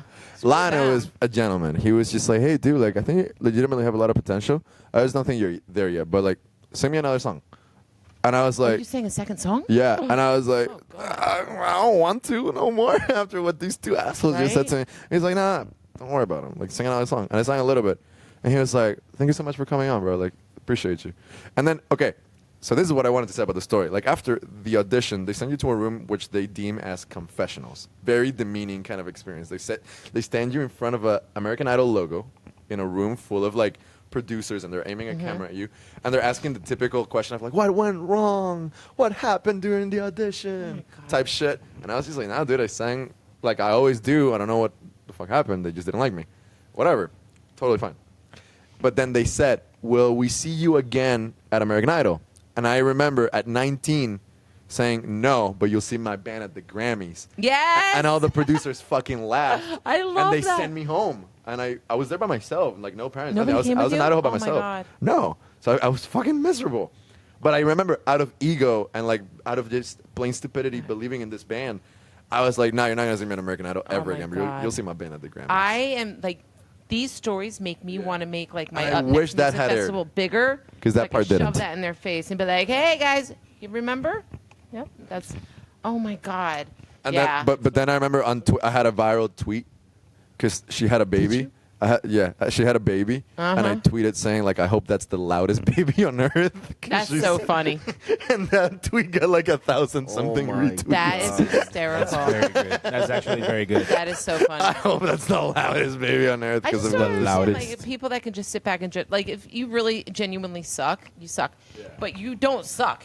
You're a really good singer, so I don't don't know, understand how man. they could even say the nasty things that they said. Those two It's especially. TV. Honestly, to be honest with you, it has to be just because of the shock factor of TV. Yeah, Like, and you I was- watching that show, you want to see them roasting the fuck out of That's the very show. condescending for them Yeah. to say. Yeah. It is, yeah. That's Yeah. why. That's why it's Yeah. like a show. First of all, it's a Yeah. show, and then also like that's a of course I wouldn't be on their side in any way, but that's another reason why you never. It's rare that you see anybody coming out of like one of those contests and they're legitimately like like shaking everything up, Right. Because it's like the equivalent of like a corporate meal or like a corporate kind of like Drama sells. drama sells, but Yeah. It does. and It it sells does. way more than like genuinely having to connect with somebody's music. You know what I'm saying? Like you can connect with somebody's storyline or what their issues or something way quicker than you can appreciate like, oh, he's a good singer. Like Right. that's such a subjective kind of range, and they play with that. Yeah. To me, the cool thing about like something like you being able to do that is just like you went and did it. You know, Exactly. when most people would be like, nah, I'm just Yeah. like I'm not gonna waste my time. Speaking doing of that. courge, dude. So there yeah, you go. I Sing in guess, front yeah, of it's- Lionel Richie. Yeah. Actually, that's great. So you know the flirt, Cassie. She made it to Hollywood. Yeah, I know that she went to And American she Idol. said Yeah. the same thing though when I asked her that Lionel was great, but Katie and Luke were assholes. Yeah. Yep. Yeah. Lionel's an older guy. He's a more seasoned musician. And Been he's part of like, the industry. He's a you got to gentleman. remember, like that's sort of a He's a guy is like gentleman. legitimately a music legend. Like he wrote "We Are the World." Yeah. Like Mm-hmm. I think when somebody's actually respected, they kind of dish that respect back, and maybe Katie and whoever this other guy's name is, they get like I love that. You I don't know hot who he is, so dickhead. I can't, He's Yeah. the one that did making pop music, so he went to country. Like a lot of them. There you go. So Yeah, that's, a lot of There that. you go. So maybe they feel that sort of spite. They throw it back. Nobody's gonna be like, I hate Easy on a Sunday morning. Like nobody says Right, that. right. Line or Exactly. You're Yeah. 100% right. Yeah, you're gonna be like. I also respect, like to be devil's advocate, even though they roasted the hell out of me. I do feel like there's definitely like a producer being like be mean as hell. Yeah, I'm sure. I am You know sure. what I'm trying to say? Yeah. Like, be Yeah. mean as hell. Yeah. Literally, like, roast But I'm this glad you dude. did it. And look at you. You got your band going. Yeah. No, but it was a really It's all fake. humbling experience because, like, I thought it was the shit until that point, and then I very much found that I wasn't. No. And I started working. That we all need. No, I needed that, dude, because then I started like taking myself so much more seriously with the band, and I learned so much. And I just thought like, oh, I have a pretty voice. That'll open every door ever. And I fucking didn't. So like, Right. I've been on a journey for like the last couple of years, like learning drums, learning how to songwrite. Now I'm learning how to engineer and mix. Right. So it's about that. It's about like legitimately. So I guess what they working. say is true. Yeah. You know, go back, do things, and come back. I watch The Voice, and so a lot of people are like, "Oh, I was here. You said this to me, or whatever." They're not that nasty to them, though. I'll tell you that. Right. Not on live TV, though. No. All right. Let's see. Oh. All right. So, what is the craziest thing you've ever done for love? Moving to Miami without a job connection, without knowing anybody. From where? I lived in Colorado with her before Oh. 2021. It was Okay. in June of 2021. So, what brought you here? Like her She job, got or a job. yeah. okay? So she flew into Miami and she got an interview, and then I, shipped all of our stuff and drove down there. I had never even been to Miami. Wow. Didn't know anybody. How'd you feel when you arrived? I was like, this is a dump. I went to Kendall. I went to Miami's Finest Pizza in Kendall. I had a Hawaiian pizza. Oh. And and we at the time we lived in a this isn't the crazy part. We lived in an apartment, like attic apartment, kind of like this, above 6 horse stalls on the property where she worked because she's a that's- horse trainer. That sounds. Oh, really? Yeah. Oh my God. So it wasn't just like moving to Miami blind. It was also like we're living in this weird situation. In a stable. Yeah. Yeah. Yeah. Like on her work property. It was crazy. Yo, let me ask you something. Did that smell? Like, No. you smell the horses? No? Oh my god. That's a legit question. Like, Yeah, yeah. Here's a legit answer. We moved out because eventually some rats found their way in there, into not the building, no. not on the inside, but they constructed Yeah. it. They didn't seal between the building and the roof, so they would crawl in there, and you could hear them. You hear them all scampering night long. around. Yeah, Yep. my sister had that. Yeah, She that's- lived in Yeah, a no, quad, that's not cool. and it was like running from And then, hell yeah. the insulation would come out of the vent, and then it would start to smell, and that's when we were like, okay, we got to move out of here. And by that time, I got my teaching job, so we got the hell out of there. Right. Nice. That's Do pretty you awesome. speak Spanish? No, ma'am. And you're living in Miami? Yeah, that Wow. that hurts too. He understands it better than most of us, let me Yeah. tell you that. And whenever he needs, he has us. We just Yeah. speak for him. He doesn't have to speak anymore. You know, they've been speaking Spanish the whole time I've played with them. Like when we recorded SOS, Marcelo was drumming, and they had a whole argument for 2 hours in Spanish, and I was just sitting there waiting for them to work it out. But They were talking about you the whole time? no.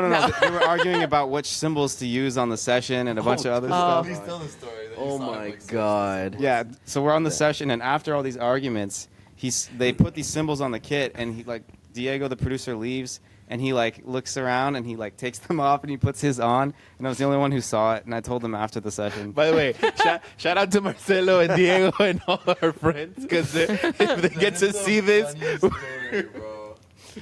The producer was like, yo, you can't use those symbols. They don't sound good. He's like, no, but they're my symbols. I want to use them. He's like, they don't sound good. You're not using them. I'm producing this record. He's like, oh, all right. And then the producer went to the bathroom or something like that, and he Oh my gosh, that's so funny. And Noah's the only one that saw him and didn't say anything. Oh, that's so funny. Well, I know he wasn't going to listen to me. Oh, my God. That is funny. Hilarious. Oh, that's hilarious. So that was pretty crazy. That's so funny. You Oh, or me? what was the question again? I'm sorry. What's the craziest thing you've ever done for love? For love? I'll tell you the second thing. Okay. we can, okay. Uh-oh. I don't even want to even ask. Learning how to play music. How about that? It's deep. Okay. No, the second thing. No, I mean, it's just, I was a little boy. I was like 14, 13. So you learned to play music for a girl? Yeah, the cheesiest shit I've ever done. So I had this crush, and she was into all the emo bands. She was a goth girl. She was into all the emo bands. Oh yeah, she was into all the emo bands like Black Boots. Evanescence and stuff like that. And she loved Twilight. And I somehow managed to like get a date with her. We go to the movie, so we watch Twilight. There's a scene in Twilight where he's like the main dude, the vampire Edward. I think he's like Edward. playing piano for Yep. this girl. Somewhere in like my twisted, childish 14-year-old mind, I was like, "Yo, I'm gonna play piano." I'm gonna Wait, so was this when you were living in Spain? yeah. Because he lived in Barcelona Did before you? he moved to Oh my God, Miami. you guys have such exciting lives. So like you were like, hostia, tengo una I'm a canción para native cantaros. Floridian, okay? Like that kind of It's shit. so boring. Hostia. Exactly what I said to her. Chatty. Anyway, so yeah, I learned how to play the piano for this girl. And guess what? Success. She ended up dating me for one day. For one? So What was happening that day that she dated you for the one day? I don't know. I'm still asking that myself to this day. They held hands. They looked at each other instead of no. looking away. Were you her It's- first it's funny. kiss? Huh? Were you her first kiss? Because that might be why she dumped you. No. No, because You know what's it's funny? a very uncomfortable Let- thing look, for a look, girl. let it- Serious, let it we're be- really good friends to this day. Like, Okay. Let it be that you're a shitty I'll kisser ask and not her a later. shitty musician. mean You know what I'm saying? I did not mean that. Let it be that you're a Because shitty He kisser. must and have not- said something. My first kiss, my boyfriend, Right? he kissed me, and I broke up with him 15 minutes later Yeah. because I felt so sick to my stomach. Like, what did I just do? I think I got friend zoned. You know what I mean? 'Cause Yeah. we were friends first, Yeah. but I had a crush on her. Right. And whatever. Like, I think she saw me more as a friend. But like, yeah, at that point I was like, all right, piano sucks because this sucks. But hey, music is fun. So Listen, how bro, about I switch to it's guitar easier to instead? get better at So- kissing than guitar type shit. So like, Well, I guess I've never taken the easy route. So I started playing guitar then. That's like Okay. that. Literally the day she dumped me is the day I picked up the You're guitar. like, shit, it must have been my piano skills. Yeah, and I put my Yeah. piano on Craigslist. Yeah. Whatever Spanish version. Dude, of that's a Craigslist song there is. title. That's an album title. Oh my Yeah. God, this needs to be a song for real. My piano on He doesn't write Amazing. about love, so you can't. let him write it then. Yeah, so how about that? I learned piano for 6 months to get dumped to one day. Beat me to that. That's awesome. That's a great story. That is a great story. Oh my fucking god. Craziest thing I've done for love, I guess during that same period that I was talking about that I was like living in Boca and taking the train and stuff, I started dating my partner. And she's from West Palm, like Jupiter area. Mhm. And so like I would literally like balance taking the train to go to Miami and go to school and see the band and then like take a train to go to Jupiter and see her. And we both during the pandemic made like the leap of faith to like move to Miami and like start anew like on our own, and that There's a song about this, by the way. What's it called? literally the Runaways. only song that I've Runaways? written that's like Okay. romantic. Didn't you just say that you hate writing love songs? That's the only one that I've written because again, okay, so like We're learning a lot think- about okay, each okay, other okay. today. Totally. I'll tell you this much. I think I hate writing about him because I never would write about like personal experiences and they were just generic type shit. But Runaways is very like self-referential, very like if you know this person, you know the references because it's very much like I'm talking about the tattoo that she has that's about David Bowie. I'm talking about her fucking favorite Led Zeppelin album. I'm talking about the fact that like It's also my favorite Led Zeppelin album. there you go. So you could be talking about Noah. Plot twist. You never know. Even more of a plot twist. I mean, he was kind of in the band, you know. It's, Con un pie adentro. Oh my god. Kira watching the podcast later like So the craziest thing you did for love is you took a very long train ride very often. I can't. That's why I love this man, dude. He's the wild card. I feel like I'm auditioning in front of Katy Perry again. Dude. That's Jesus ability to Christ. diminish a situation like that. That's, like, that's a skill, dude. And I was like, so you took a fucking train ride. Big fucking deal. I drove to God. Miami with a horse on my back. That- Actually, we did have to pay to ship him down here. That was expensive, bro. oh my God. You didn't ride him horseback from all the way from Colorado? Sí, no, el Dude, I zorro. even sold my car. I sold my car too to come down and do that. No, el zorro. God. All right, let's just Sold the car, keep bought it. a So yeah, I would say Makes sense. that just like that same blind belief that something's gonna work Right. out if you want it to work out, whether it's like a Yeah. relationship, whether it's a band, and just it's that typical mentality of like, oh, if that person wanted to, they would. Right, right. I think it's true in certain cases. You know what I'm saying? So yeah, and that's why "Runaways," which is our second single, is the only like love song that we have. Okay. I think. How about you, Luis? I moved to the States at 18 and stayed in the same relationship for. What was that? He's had his 2 beers, okay? That's why we have a 2-drink maximum here. I did put that one there for you, but maybe maybe we should take it No away. worries. It'll find its way Take to a sip, somebody. Felipe. Take a sip right now. Anyways, continue, bro. I can't keep going after this. The question's done. We just have to move on. We just have to move on. Guys, I'll be in the car waiting. He's gonna be asleep. Oh God. Oh my god. You should take the train home, dude.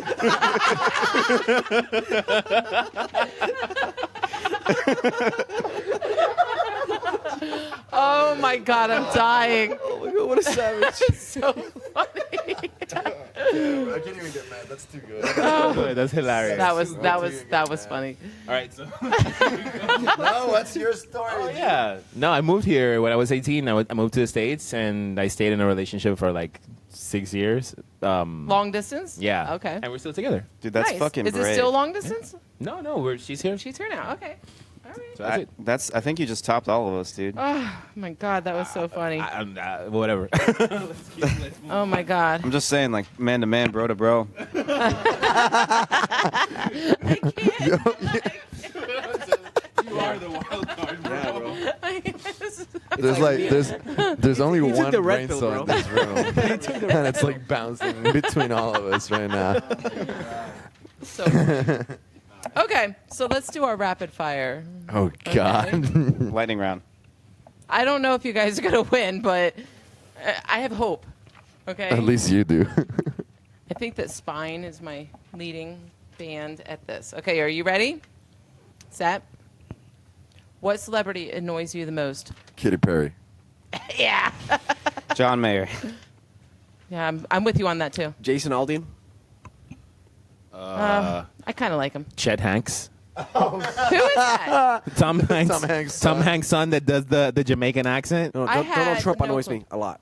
Was What? that Donald Trump. Don Trump? He annoys a lot of people a lot. I'm basic like that. All right. Amazing. Okay. Dogs or cats? Dogs. Dogs. Cats. Dogs. I have a dog That's too. why my dog I was love dogs, growling too. at you. I love dogs. He knew you were a cat person. I also got a dog.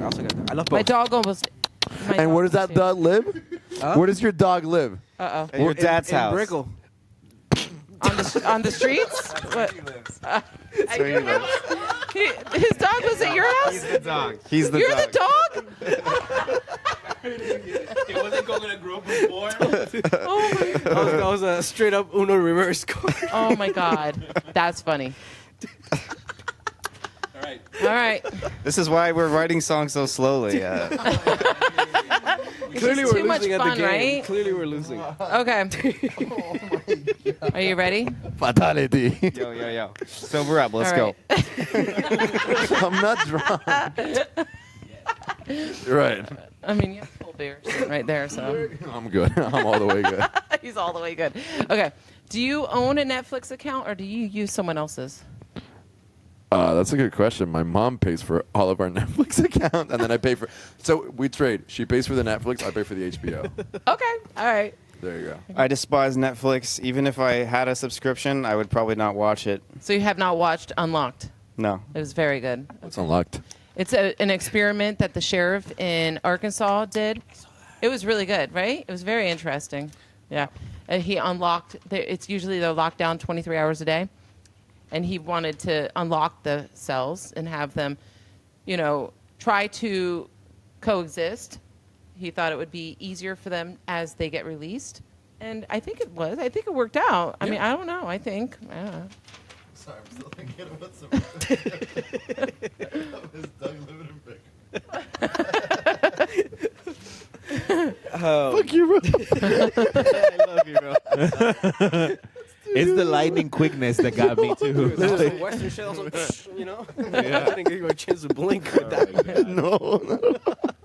All right. Do you own a Netflix account, sir? Okay, so yes and no. My dad has paid for it this whole years, but we forgot the password, so we got our own. Like, I'm paying for it now. Oh, okay. Pretty much. It's a very dumb situation. I own mine. Okay. Yeah. You own yours? I Yeah. can't, I'm with you. My husband, if he forgets the password, he'll just sign up for a new account. Next thing you know, we're getting billed for 75 different my There you accounts. go. Like, Story of my life. what the hell, dude? And then I'm on the phone with the people. The Hulu, Disney, ESPN one, the combination. That's Right, the one right, that right. really screws us up every month. The 'Cause he keeps Hulu, forgetting the Hulu is a band, right? The Hulu, that's no, a band. That's it's a No? TV channel thing, right? It's a Sorry. streaming thing. Yeah. Sorry, that's what happens when the drummer tries to make it. How are you a drummer with off timing? That was good. It was good. I liked that. All right, you ready? As ready as Your we've been. last impulse buy. Oh my god, my last impulse buy, my studio table. I bought a studio table because I just moved to a new apartment in Brickell. Yes, I'm the dog. You're That's the dog Sebastian. on Brickell. Yes. So like, Sebastian has this hidden talent of like finding really really cool shit like guitars and that kind of stuff Unfortunately. for like very cheap. Mm-hmm. Like he'll find like a vintage 1940s Gibson for like way less than the guitar should be going for. And so like I remember I was conflicted because I was like struggling with money and like I really wanted this studio table and it was like mad pricey. And I tell Sebastian and within 2 minutes he finds me the same table on like Facebook Marketplace for like Right. half the price. That's awesome. So that was my last impulse buy Okay. for sure. This is a really, really good question.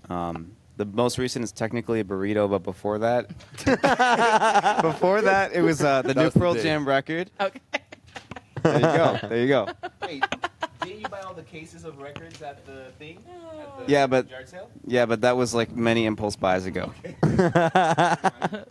Oh God. I just bought a new guitar 2 weeks ago. Okay. Not from the antique vintage. No. Okay, thank God. Not that I need another one, but impulse buy at the end of the day. I just want to say before I say mine, we practice at Seb's house, and going there is legitimately you'll find a new amplifier, a new guitar randomly. So he's got a lot of impulse buys. So but I think so. In a sense. Going into his house is like going into Guitar Center. Yeah. Oh, really? He bought a whole ass amp. Exact. No. Oh, that's so One. funny. Yeah. Yeah. $2,000 amp. Like there was a time where like he was supposed to come to my house to like write a song. This was like a year or two ago. And I'm waiting for him for hours and he's not responding to his phone. And I thought something happened. I was like, dude, you were supposed to be here at 7. It's 10 p.m. Where the fuck are you? And he never responds to my calls. He just shows up at my house and he's like, dude, I'm sorry I'm late, but I went to Fort Lauderdale and I found a 1940s Gibson for like dirt cheap. And I'm like, you, what the fuck? You couldn't call You me? didn't call? I was buying a 1940s Gibson. And he still has it. So there you go. Wait, is that which one is it? The DSG? No, the acoustic in the living room. Oh, that's the okay. He showed up to my what I'm house. saying. Yeah. Well, I was like, I can't even get mad. This is too cool. The other day, My like phone had died or something like that. he has like a rack. Sure. He has like a rack of guitars and stuff. And then the other day, he just randomly says like, "Oh yeah, I just have a bunch of others that you guys haven't even seen." I'm like, "What? Where do you even have space to store all this stuff at?" Anyway, last impulse buy probably a snare Okay. drum. Yeah. Oh, what did you Nice. get? Which one? Oh, the last one I got, the Pro one that I use for all our gigs. Oh, cool. Yes. There you go. What was your last impulse buy? Yeah. Oh my God. I don't ever buy anything for myself, honestly. It's all for my kids.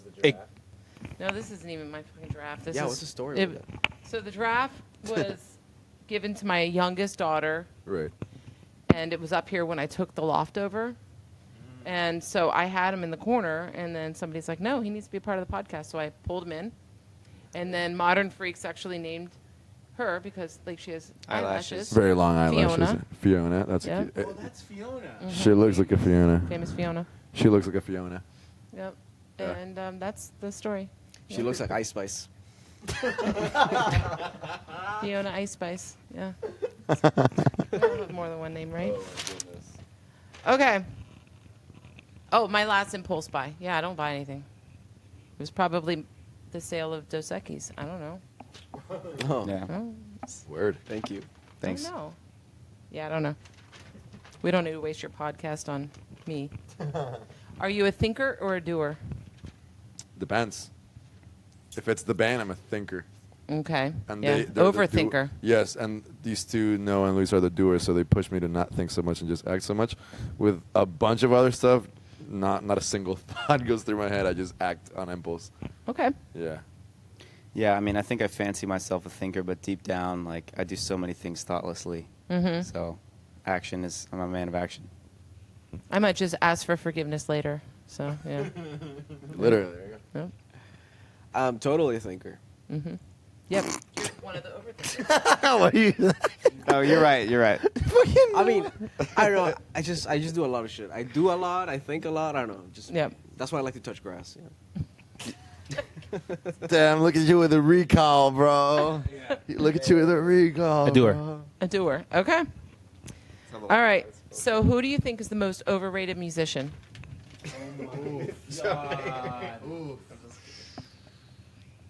I don't know about overrated, but there's a lot of bands that I never have given like a single listen to just because I'm just so not interested. Like, and I'm gonna get fucking murdered for this, but like bands like The Smiths, bands like The Cure. Oh. No, Ouch. come on, shut no, up, no. bro. No, I Skip, know, skip, skip. I know, I know. can't. And again, it's not that I dislike them. I just don't give a shit. I'm You sorry. don't understand why. I don't like. He doesn't like 80s music. Oh, that's okay. that Okay. I'll might tell you be that. what it is. I- Yeah. Okay. Here's the thing. I'm completely ignorant about The Cure and The Smiths. By all means, send me some really cool Smiths and The Cure. I will. Educate my ass. Okay. I cannot stand glam rock. American 80s glam rock, hate it. Okay. Anything like Poison, White Snake. Well, those were Motley no, Crue, Def yeah, Leppard. But I wouldn't ever put hate that shit. The Cure in that category. No, not at all. Not 100%, at all. Yeah. But like, yeah. And I wouldn't even as far as put- overrated, them. I wouldn't put Metallica in that category. No, they're 90s Yeah. in my opinion. Yeah. I think of What? Metallica. Dude. I think of Metallica more of like the 90s era. I wouldn't even 80s, put Bon 90s. Jovi as commercial as they are. They were still a big I know thing, Metallica's but from they the were 80s, but I so much think of- more than Poison and Right. White Snake Yeah. and yeah. I don't think of Guns N' Roses as like glam rock either. But So I they- loved Guns N' Roses, so I had to. Are they glam rock? I mean, Is Guns glam? but I was born in the '70s, so they it's like at the time they were a cross between what that glam stuff, but they were still cool. That's why they were so big, right? Yeah. Right. But the bands that you're talking about, they were a little before them, and they were like Right. all Yeah. about the glam stuff. So I That's get 80s, what you're right? saying. That's yeah. 80s. They called them the that's- yeah. hairspray band. Hairs, There yeah, you hair go. metal. The hair metal. Hair like metal. what's that fucking band? We're not gonna take it. Twisted Sister. Twisted Sister. I mean, come on, please. Yeah. Poison. Yeah, Brett Michaels, dude. Do you remember that show that Brett Michaels used Celebrity to have? Rehab. Oh. Yeah, no. Oh, with all the girls that with he all dated. the I mean, come it's on. like did you ever see that shit, dude? No. What's the name of it? It's like something blanking. rose. It's like something with a flower, dude. it's literally like The Bachelor, but it's Brett Michaels of Poison, and It's it's like a dating show, Yeah, it's right? a dating Yeah, show. It's yeah. a bunch of like really Rock of beautiful- Love or something like that. Just like straight up groupies, bro. Yeah. Like, and they're all like competing and doing challenges to see who gets to fucking marry him. At I'll the say end of the this: show. the music sucks, but Rock it looks of Love. Rock of Love. I Yeah. got it, Dude, So- that was the shit that I was watching behind my parents' back on VH1 when I was like Oh my- 12. Oh my god, I watch wasn't. That on MTV, bro. Like Next, parental control, You bro. guys gotta admit this though. Yeah. Even though the music sucks, I mean, whatever. Music is subjective and stuff. It does look like one of the most fun times to ever be a rock star. Like, Oh, yeah. you know what I'm saying? Oh, like for sure. Back then? Yeah. Yeah, Yeah. Like the 80s. 70s, 80s Hey. must have been That must have been the peak. amazing. Yeah. It must have been like For sure. You know, no, yeah, it must have been insane. It's like the stereotypical version of a rock star. right? Yeah. Yeah. 100%. And you could be it. It's what made everybody want to be rock stars. Right, Exactly. There you go. And I feel like even Kiss, today, like Yeah. all like those, Yeah. even today, like the kind of way a rock star behaves hasn't changed. But if you notice, rock stars are no longer rock musicians. Like Drake is a rock star. You know, like you know what I mean? I Like, see what you mean. Like it's like- more than just Yeah. the music. it's not like a rock persona. star. It's not a rock musician. It's like A persona. It's a persona and what that like is surrounded by and stuff. So I just want to be a rock star. Pretty much. Greta Van Fleet is the most Wow. overrated. Interesting. Wow. Look, Popular If opinion. you I if think. you watch Popular. if you watch some of their live stuff, they're just ripping off Led Zeppelin. Really? Like they okay. like to pretend they've never heard them. They have a song that they have a 20-minute version and it's arranged exactly like Dazed and Confused was Right. live. Okay. If you've ever seen that, they'll do a 20-minute arrangement. It's a medley. They've got weird sections in the middle. They do it just like that. They are just a freaking ripoff, and I can't Right. stand it. Okay. Said He's here. about it. Yep. He's about it. Yep. Okay, so I hope someone is in this with me. I'll be there, even if I'm not. Don't worry. Crumbin. I'm there with you because I don't know who that is. Ooh, Oh, interesting. okay. So, Number one, I don't know how to pronounce their fucking name. Number Right. one, I've never met a single person that pronounces the same as another Krugman, person. yeah. Like the instrumental, like indie band. with, So like- it's right. the girl. The guy has like a long hair with like they seem like they're wearing wigs. That's exactly what happens when you talk about a band and you start describing what they sound like based on the haircut that the guy has. You know what I mean? There you go. Right on the There you go. sound. Right. There you go. And they sound like old. Crumpet? Crew Ang Bin. It's like I don't know, Kruhang Bin, yeah. I don't know how to spell. If you think Veta Ceti is hard, huh? It's instrumental. It's Crew.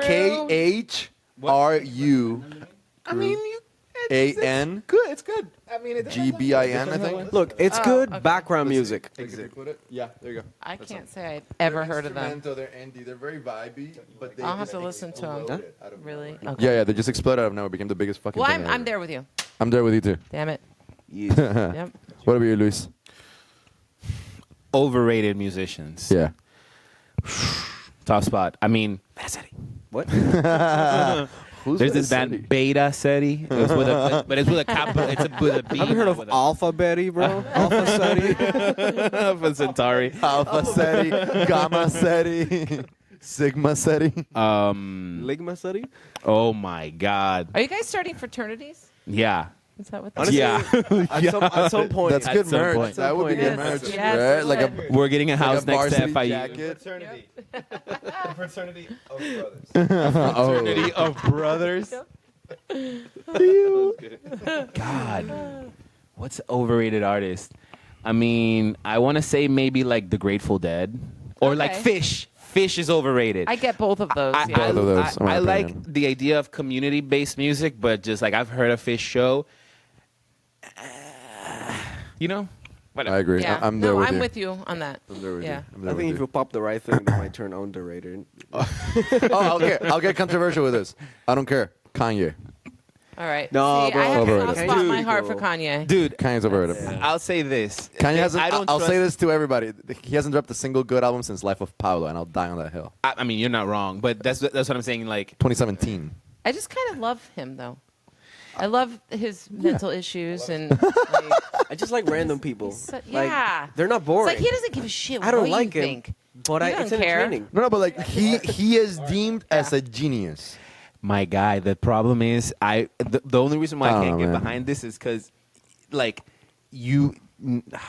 I don't want to sound like I'm defending Kanye on anything. Wait, are you? But no, but Damn. anything from the first. to, Damn. like, do you also agree with the things that he said recently? I see. listen, okay. I do not. Okay. I may uh-huh. have a shirt that says white something something. Oh in my my house, but it's God. not- yeah.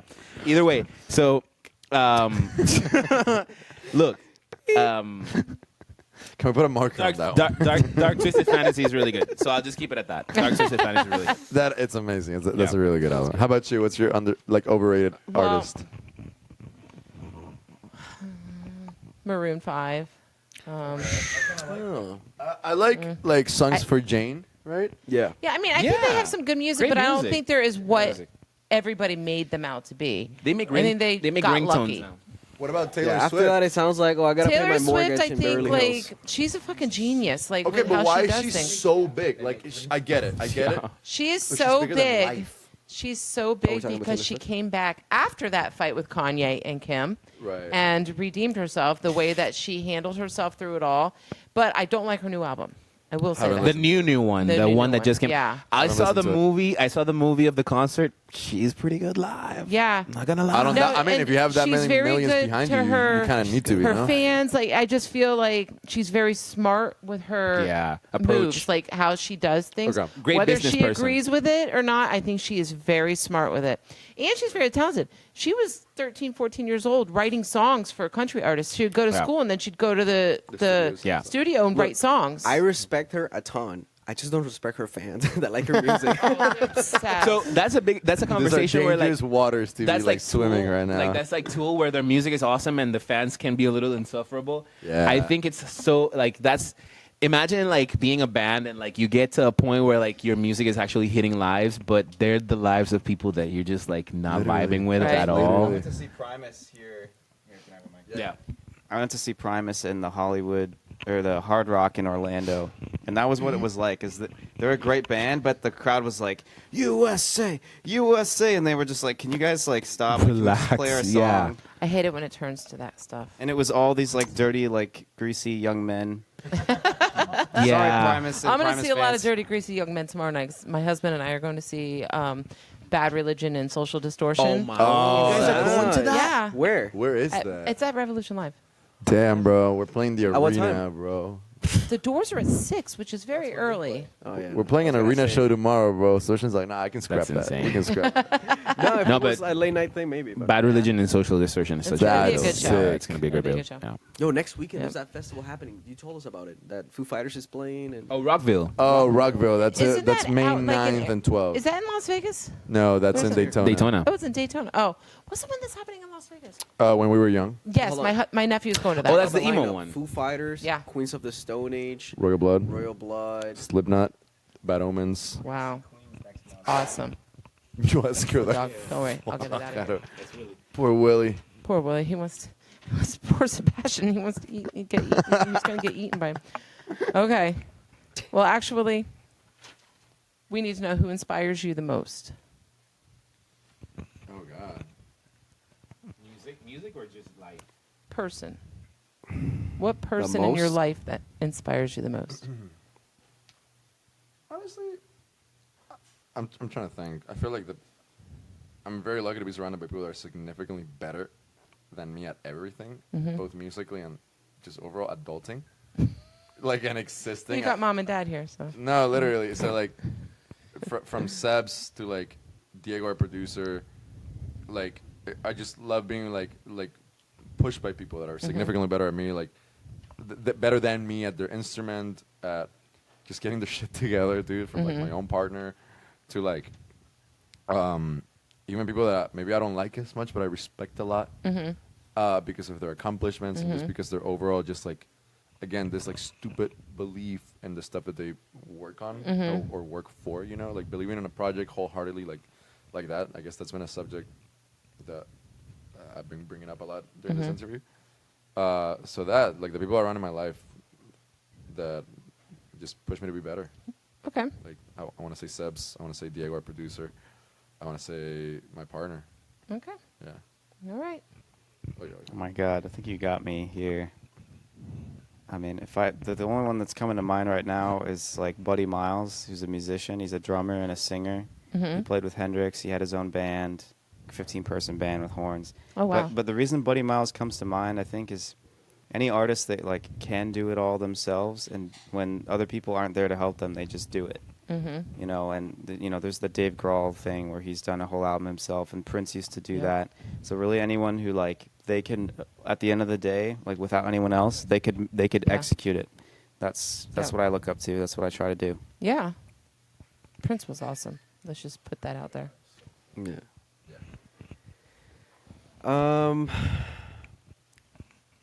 Well, this. How can I put it? Okay, so it might sound weird, but maybe my past self.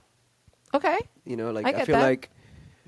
like I've demonstrated myself many times that I'm capable of achieving, things that I propose myself to do. And sometimes those same acts, they act as a reminder later in life that, you can. That's okay. Yes.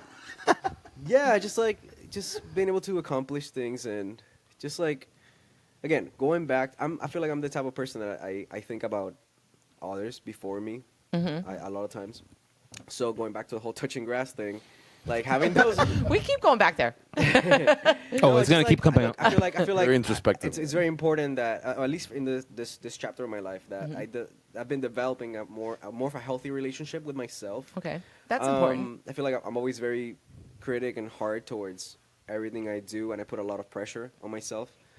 But again, part of finding that inspiration to treat yourself better comes from within, and I feel like we all gotta find it at some point. So again, I guess I find inspiration in those moments where like I'm able to, accomplish something or push myself to do something and demonstrate that I have it in me to do whatever the hell I want, Right. and to overcome whatever it is. Like I feel like we all have gone through shit in here, and I'm one of them too. And I feel like, just looking back at those moments really helps me push to keep forward. And also just like the people that I surround myself with, Right. like I agree with Felipe, like people that just I believe in love, like strongly, like family, friends, just like Community. romantic love, Yeah. and those things just really help me push forward and inspire me to just keep going every single day. You know, my dad, my girlfriend, my family, my friends.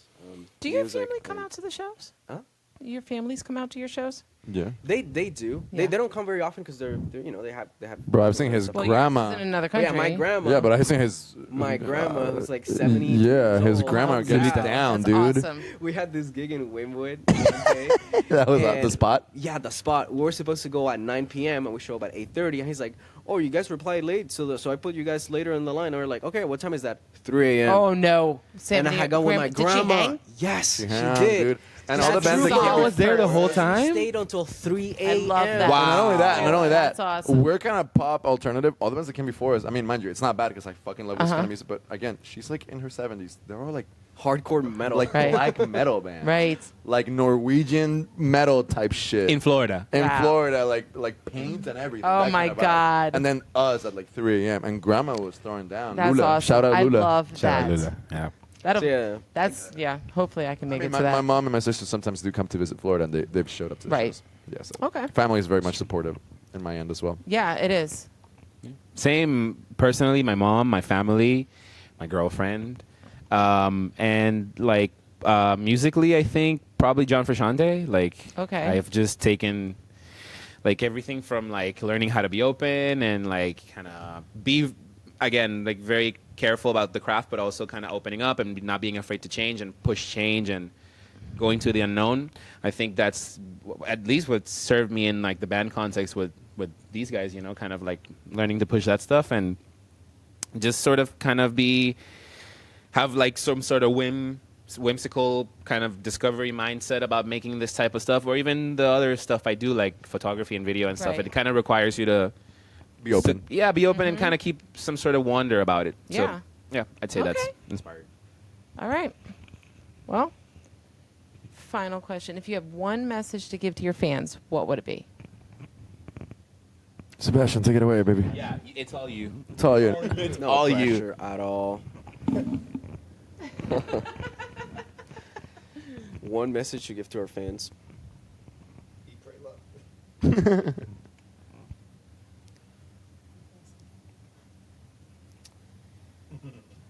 I got you. I'm trying not to get too existential here. I got you. Yeah, You know what I'm talking about. He's going. He's going deep. He's going deep. He's No, like. look, He's searching. I feel like without getting too, again, existentialist or cliche, things like everything, all this comes from the heart. Like, we don't know. Okay, I'll go there, I guess. Like, we don't know what happens after, what happens before.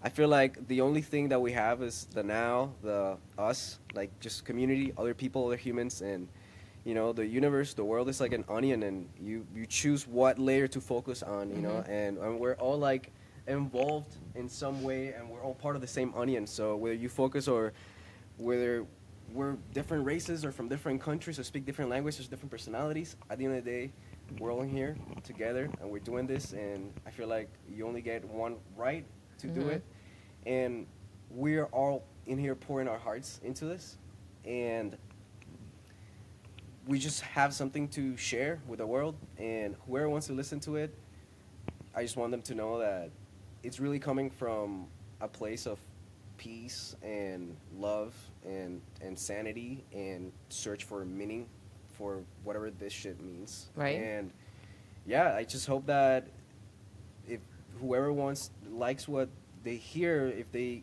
share some of those same thoughts with us, they might want to join us in this journey and just see what the future holds. But in the meantime, we're here having moments like this and just celebrating all the things that I mentioned earlier, friends, love, family, and trying to figure out what life is about together in harmony and through the lens that we have, which is music. And I feel like that's what art is all about and what some sort of the meaning that I've been able to figure out about this whole picture. So anyways, the message that I want to trace to people is just to be in the moment, be present, love, be kind to yourself, and just enjoy this because it's soon. And just enjoy this and enjoy the people that's around you because they're not gonna be here. They're not gonna be here forever. And yeah, just have a great time while you're here. You know? And if I can piggyback off of that, Yep. all that he's saying is very, very present when we play. So come watch a show. Okay. You're gonna see all that through seeing us play, and we're gonna have a good time. Yep. So come to a Veta Ceti show. Yes. I've been to one, and it's excellent. And where can they find you since I have not pronounced your name correct yet? Everywhere, Instagram, And it's Spotify, YouTube. VETA. Yeah. VETA CETI. Yes. Okay. All right. And Oh, yeah. you've got tomorrow at the American Airlines. Oh, the- Kaseya Center. yeah. You know?